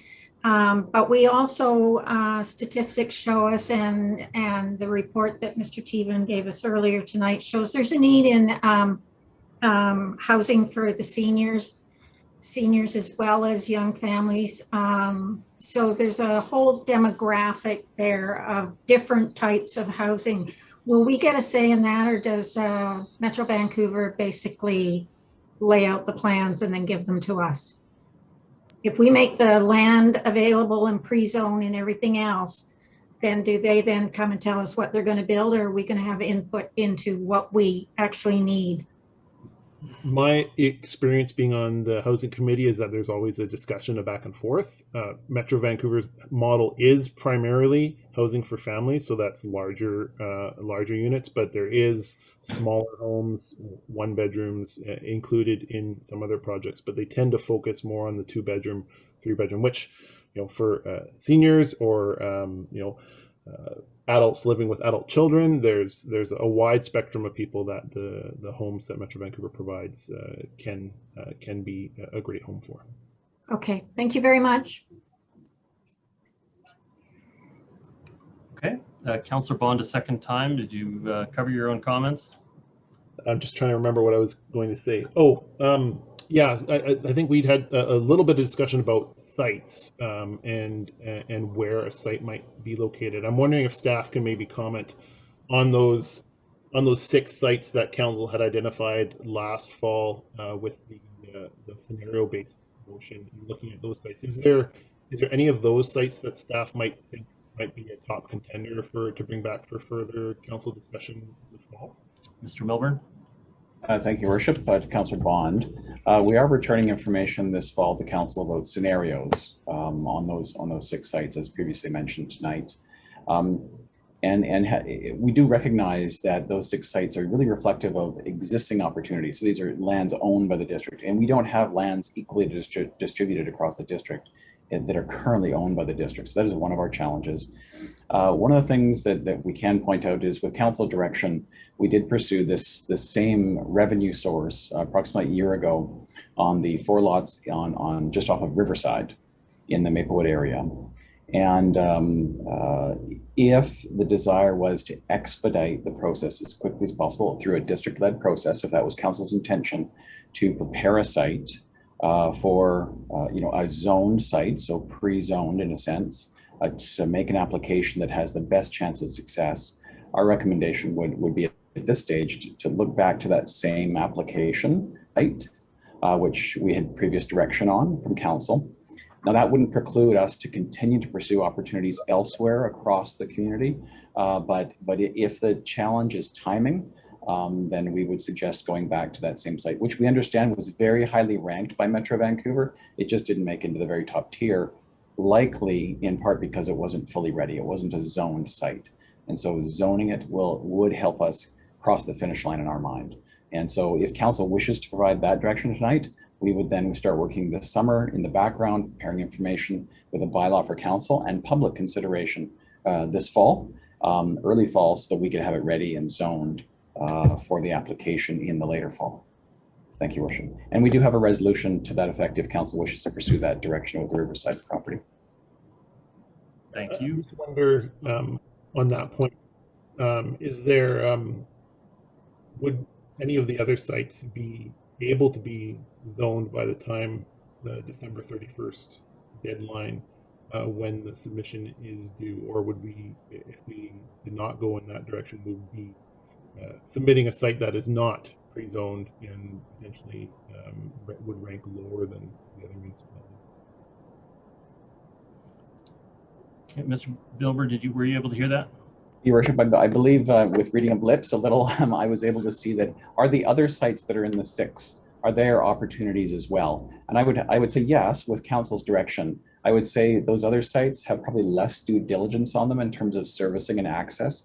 There are probably bigger gaps in our knowledge of how they would be developed than the Riverside site, which is why it was moved forward approximately a year ago, because it had more of the questions answered. That doesn't mean we have all the questions answered. There clearly need to be public discussion about that and a deep engagement, as well as direction from council as to whether or not that site is appropriate. So I don't want to prejudge council's decision tonight, but if that is council's wish to move that site forward, we could facilitate that and bring the rezoning forward and have that conversation in the early fall.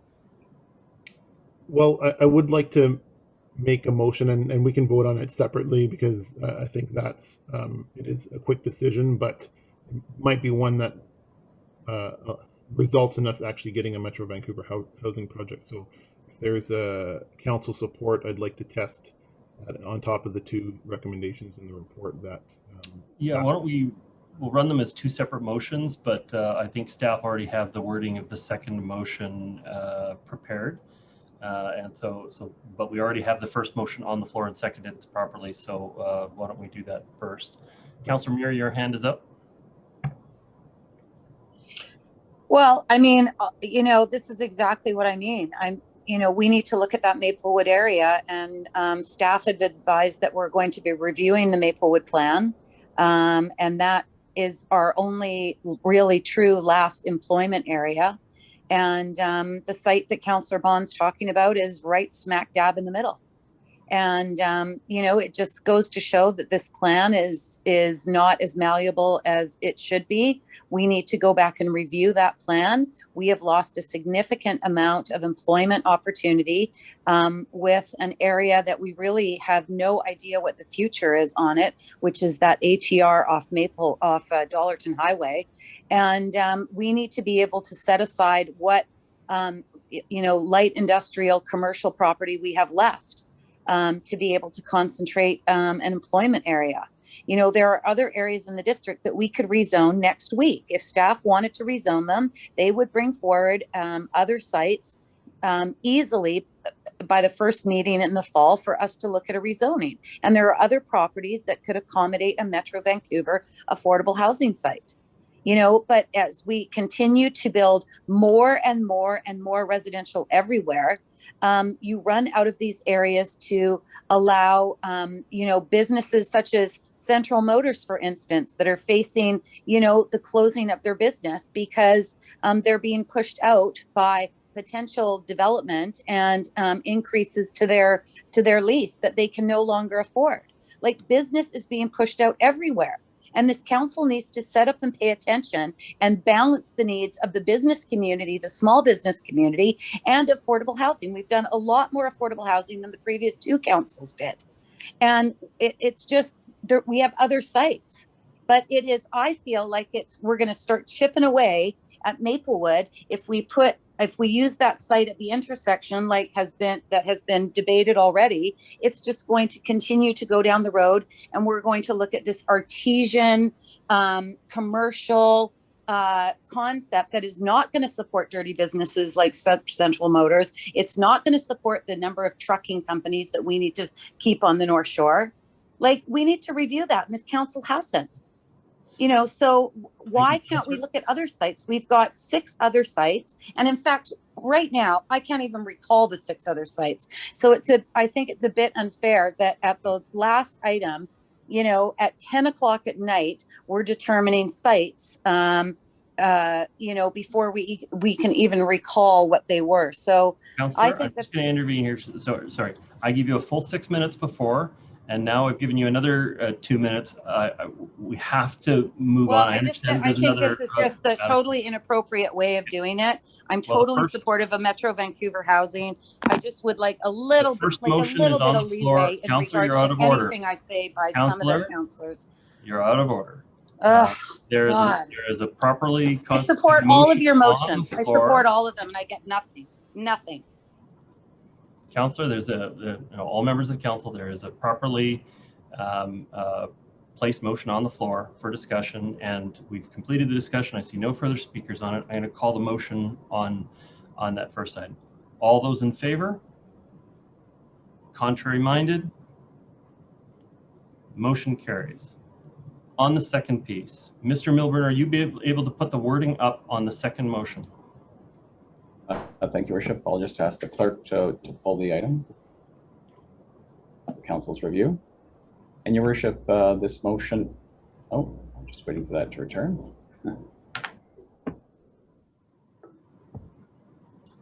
Your Worship, this motion is reflective of previous direction provided from Council to look at the Riverside site. So that's why we've raised it again, simply because there was previous direction.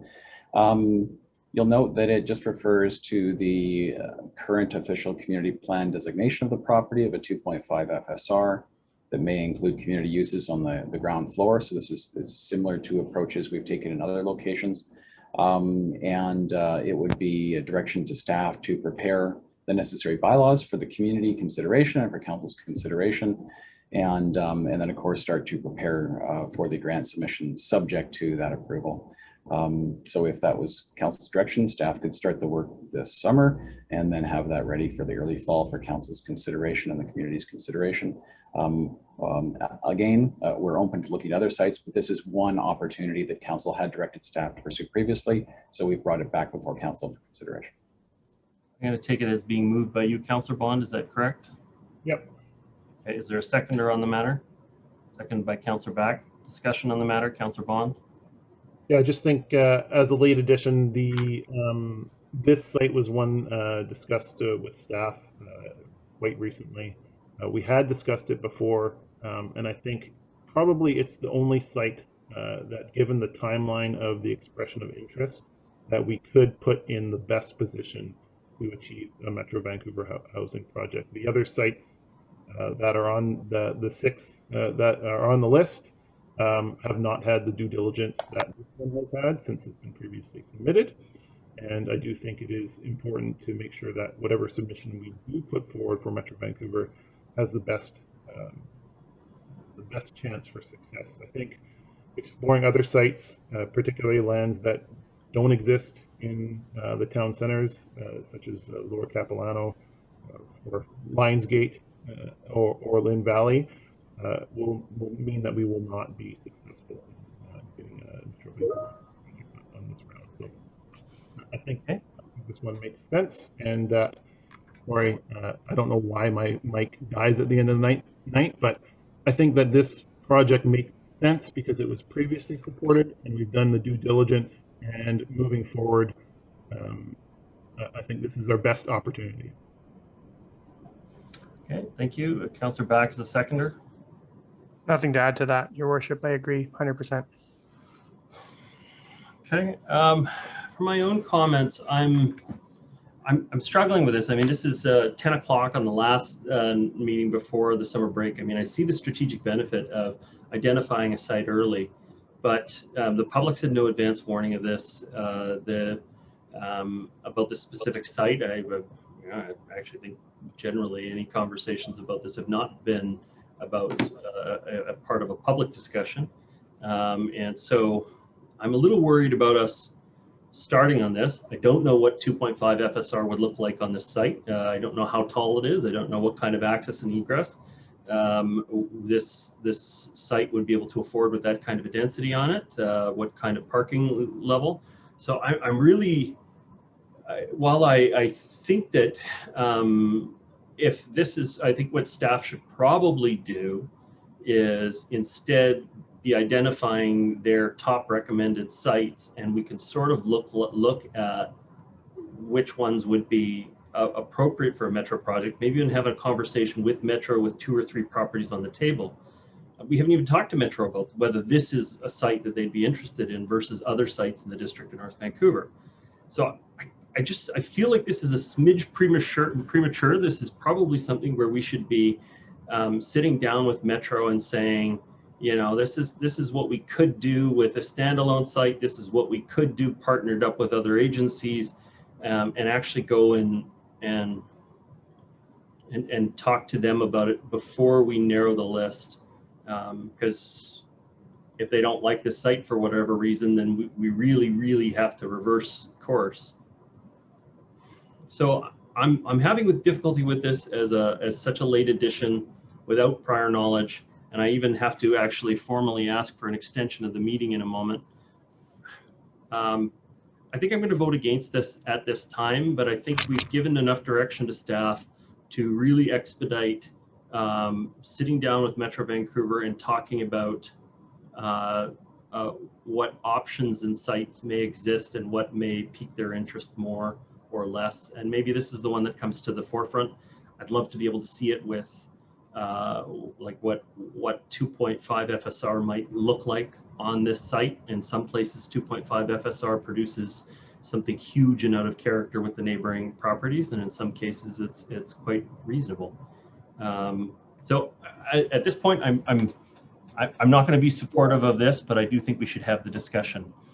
So what I'm going to stop for just a moment. First, I'm going to ask for a motion to extend the meeting beyond 10:30. Is there a mover for that? Moved by Councillor Bond, second by Councillor Kern. Call a question on the motion. All those in favor? Contrary minded? Majority of the council supports. We will extend the meeting beyond 10:30 to 11 o'clock. I'm going to resume the previous speaking order. So Councillor Forbes, you're the next speaker on the item. Thank you, Your Worship. I won't be supporting this for a lot of the reasons that you said, but I do think 10:30 at night with a surprise motion, and this may have been supported by council, but it may not have been supported by all of council. So I think just because I don't think this is the proper procedure here for this, and I also would like to also say that things have changed since we looked at this property before. We do need to be more concentrated about where we're going to put employment, housing, employment support, and we definitely haven't solved the issue about what we're doing about our light industrial properties. So I need a refresher. I need another conversation about that. So I won't be supporting this. Thank you, Councillor Forbes. Councillor Curran. Thank you. Could staff just report back on, I just wanted to understand, Metro did, this did rise to the top of a previous Metro call for proposals. Is that correct?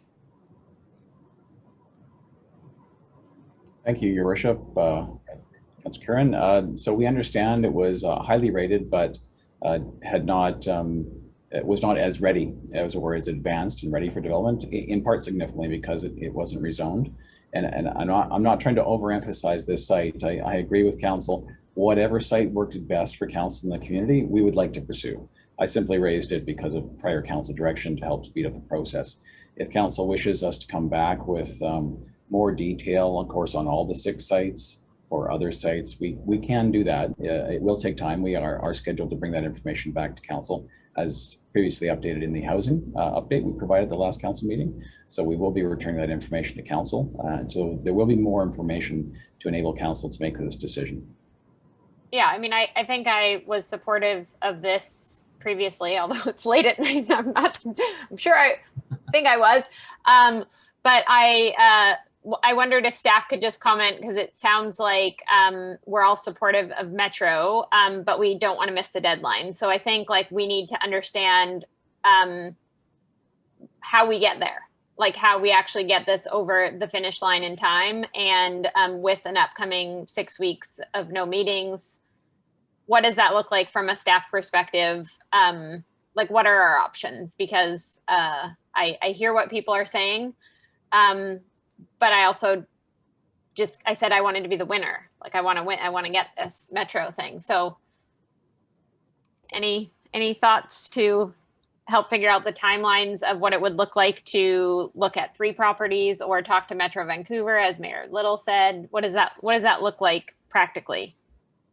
Mr. Miller. So in practical terms, from staff's perspective, if we had direction tonight, of course, we could advance the conversation much quicker, have the bylaws in front of council in early fall. If there is no direction on the site tonight, we would come back in early fall with options for council to consider, and then provide more details as questions were asked and then answered. So it wouldn't be likely until the later fall that we would have the bylaws prepared for council consideration.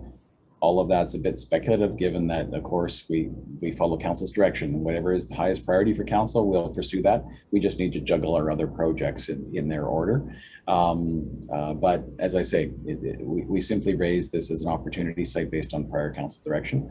But if council needs more information, we can certainly do that and work through that this fall and do our best to achieve the timeline set out by Metro Vancouver, which is a complete submission by the end of the fall. So thank you for that understanding. I'm just wondering if what am I trying to say? Staff does not have the break that council does from meetings. If you'd be able to speak to Metro Vancouver and basically, I guess I support this project moving forward, and I am concerned about the timeline. So I haven't I haven't heard that we're going to be able to do it without this. So like, are we, I'm trying to understand the timeline for talking to Metro Vancouver about other potential lots. And I also, to be honest, I don't have in my head where the lots are and how developed, where they are. Okay. Mr. Stewart, you want to make a comment? Yeah, Your Worship, let's make this simple. There are 6 sites that we're going to report back on. We'll talk to Metro about them over the summer, see which one they prefer, and we'll report as quickly as we can on the one that they prefer, that the one they would support for moving forward. And then council can make a decision as to whether or not they want to move forward with that particular project or others. And thank you for So that. moved. Would that ensure that we would be able to hit the timeline for their deadline? Your Worship, and I don't want to speak for Dan, but we already know that they support the Riverside site. So we're just going to review the Riverside site, the other 5 sites, get them in some kind of pecking order and report to council as quickly as we can. And if we can do that on September 19th or 20th, the first meeting, we'll do that. Okay, thank you. Okay, Councillor Beck. Not too much to add. I guess I feel not super confident that we can make the deadline, and I hope that we can, and that's why I supported this motion here, because we have spent a fair bit of time looking at this site. Can staff remind us what the 2.5 FSR looks like as far as a building form on this site when we were talking about it before? Your Worship, that's typically a apartment style, what we would call a low or mid-rise. So in that kind of 3-story up to 6-story, depending on how flat you make the development. But for most efficiency, it's going to be in the 4-story or above. And all that would be subject to council direction. So we don't have a specific height in mind at this stage, but it's that kind of low-rise apartment block form that's most efficient for construction and operation. Thank you, Mr. Milburn. And that's what I remember from our previous conversations about this site. And I think it does make a lot of sense here. So I will still be supporting the recommendation. Okay, the motion on the floor. Okay, Councillor Forbes. Great, yeah. Thank you, Your Worship. This is totally inappropriate to be considering something new that nobody had a chance to even think about until 10:30 at night. To go forward with this under this procedure is just totally wrong. My other comment would be that, yes, we want to partner and I would love to have Metro Vancouver have a project with them, but we also have to think about the needs of the district. And we've talked about the needs of where are we going to have our light industrial? Where are our big heavy trucks and gravel trucks and dump trucks and all of that kind of heavy construction equipment? Where is that going to be able to be stored? Do we want to end up making housing more expensive on the North Shore because all the equipment had to move off the North Shore? It's ridiculous. This is an area that is up for discussion because of all the changes that have gone on over in Maplewood. And so it's totally appropriate for us to look at, just because this was recommended prior doesn't mean that we've got to rush on Metro's offer, because Metro's offer isn't even going to come out until the fall, and the deadline is the end of the year. So if we can't get our act together in time to put something forward, if we don't want this property, but we want to offer others, if we can't have our act together fast enough in 3 or 4 months, then there's something really lacking. So I just want to say we have considerations for the district that need to be taken care of. And that's where our heavy equipment will be. That's where our employment lands will be. And those plans have been thrown up in the air because of recent changes. So I just want to say again, I'm not going to vote for this. And I'm almost not voting for it just on plain principle of trying to get something passed like this late at night. Well, it's well within the jurisdiction of the council to identify a site. It would be up to the council at a future date to continue on with that site once we see it. But I think you've heard from staff tonight that both options are viable from a staff perspective, either to identify the property, as is the motion on the floor, or to reject that and have them instead present multiple properties to Metro Vancouver, that both of those items can be completed by through the fall. Councillor Murray, second time. I don't understand what the challenge is with bringing forward a report in the fall to lay out and remind all of us. It's very late. We're very tired. I wish that this had been included in the package instead of being brought up at this late, great hour. You know, we can give direction to staff to bring forward the 6 lots first meeting in the fall and be prepared to go to a rezoning the next month. This idea that, oh, it'll take a bit of time. Are you kidding? Council, like, who's running this place anyway? If council gives direction, then that's what staff will bring back. And we can look at it and then we can make a decision in the fall instead of the last item on the last meeting before the break, 15 minutes before 11 o'clock. Like, I just feel like, was this sort of, you know, the strategy? Like, I just, you know, why can't we just, like, you know, we don't all agree with each other. I get it. You know, it's a split council again. It's been a split council for a long time, but is there no consideration for the perspectives that we share in regards to not surprising the community about stuff like this? Like, isn't that who we're working for, the community? Like, why are we afraid of taking this into September and moving on something so we can get a project and just all being on the same plane? Like, I don't get it. Okay. Like, we've all agreed that we want to do this project. Why can't we just look at all of the sites and make sure that, you know, we're not leaving anything out in regards to these changes that we've been faced with in regards to the employment lands of the municipality? Okay. I don't understand what the downfall is. Your time has elapsed. Staff have said both options are viable. Mr. Stewart. Your worship, this is unnecessary controversy. Please, at the end of this very, very long year, and I just ask maybe perhaps the mover and seconder to withdraw it. We'll talk to Metro about what they're interested in. If they're interested in Riverside and that's their primary interest, we'll report back to council on the 19th on that. It's not necessary that we actually get a motion committing to Riverside at this point, and I would not want to end what has been a very long year for everybody on a point of contention that's unnecessary. We can move forward, and as you've mentioned, your worship, we can achieve either.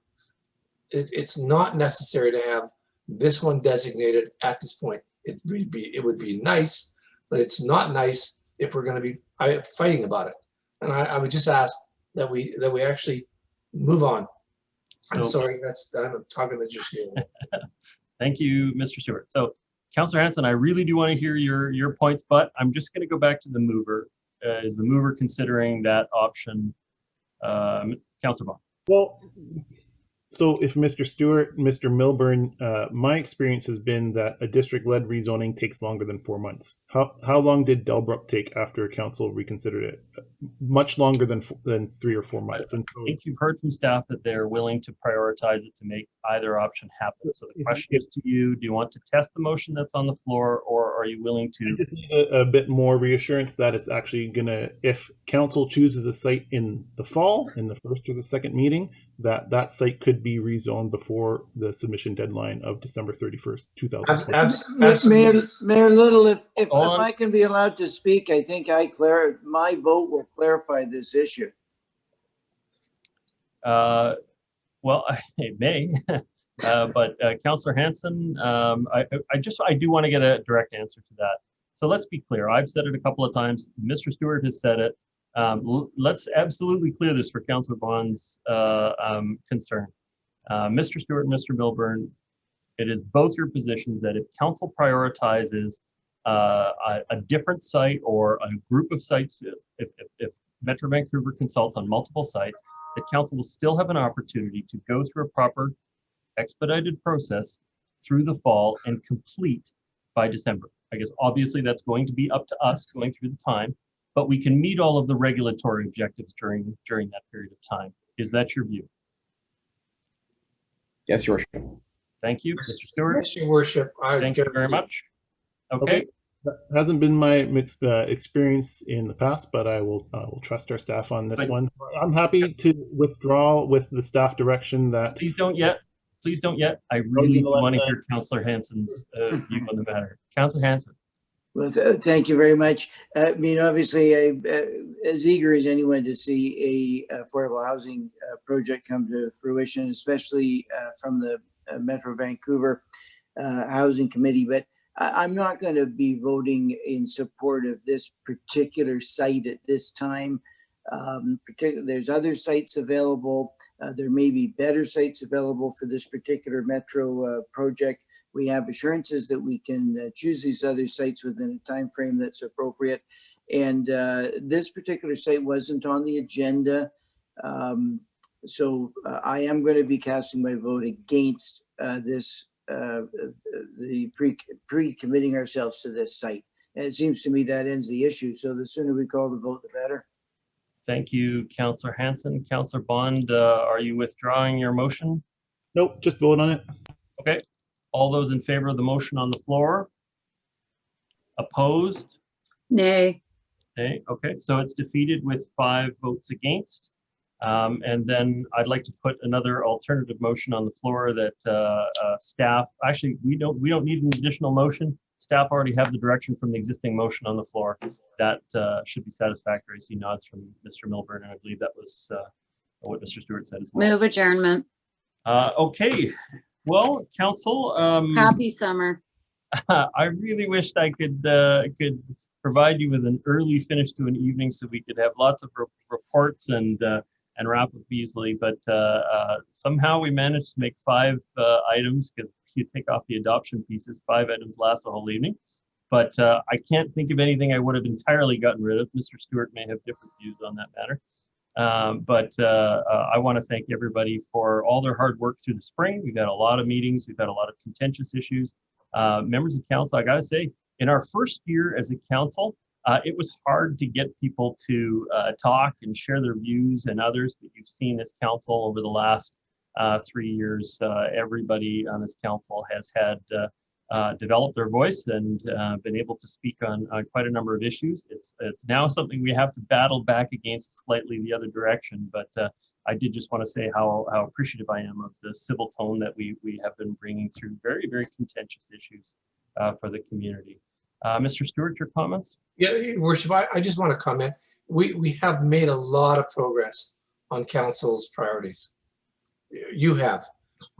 As a council, and you should be very, very proud of that. It's always very difficult when you start a term to kind of form what you want to do. But irrespective of the differences on council, we are making progress on all the 4 priorities, and I just want to recognize that, because sometimes we forget about it in the heat of the battle. But certainly you have staff aligned to support those 4 priorities, and we look forward to working with council as we head into the fall. Thank you very much. And if you ever need reassurance of how things are going, watch other other council meetings for a little bit. I just really appreciate the way everybody's managed themselves. Thank you all for your time tonight. Thank you to the members of the public for sticking with us and being actively engaged. We really do appreciate it. I want to wish everybody a fantastic summer, and we'll see you in the fall. For me, I still have work through the summer. I'll be available by email and by phone.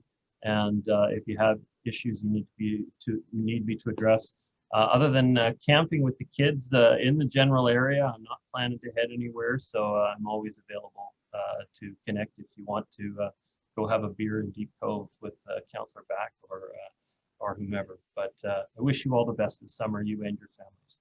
Have a great evening. Have a great summer, everyone. Have a good summer, everyone.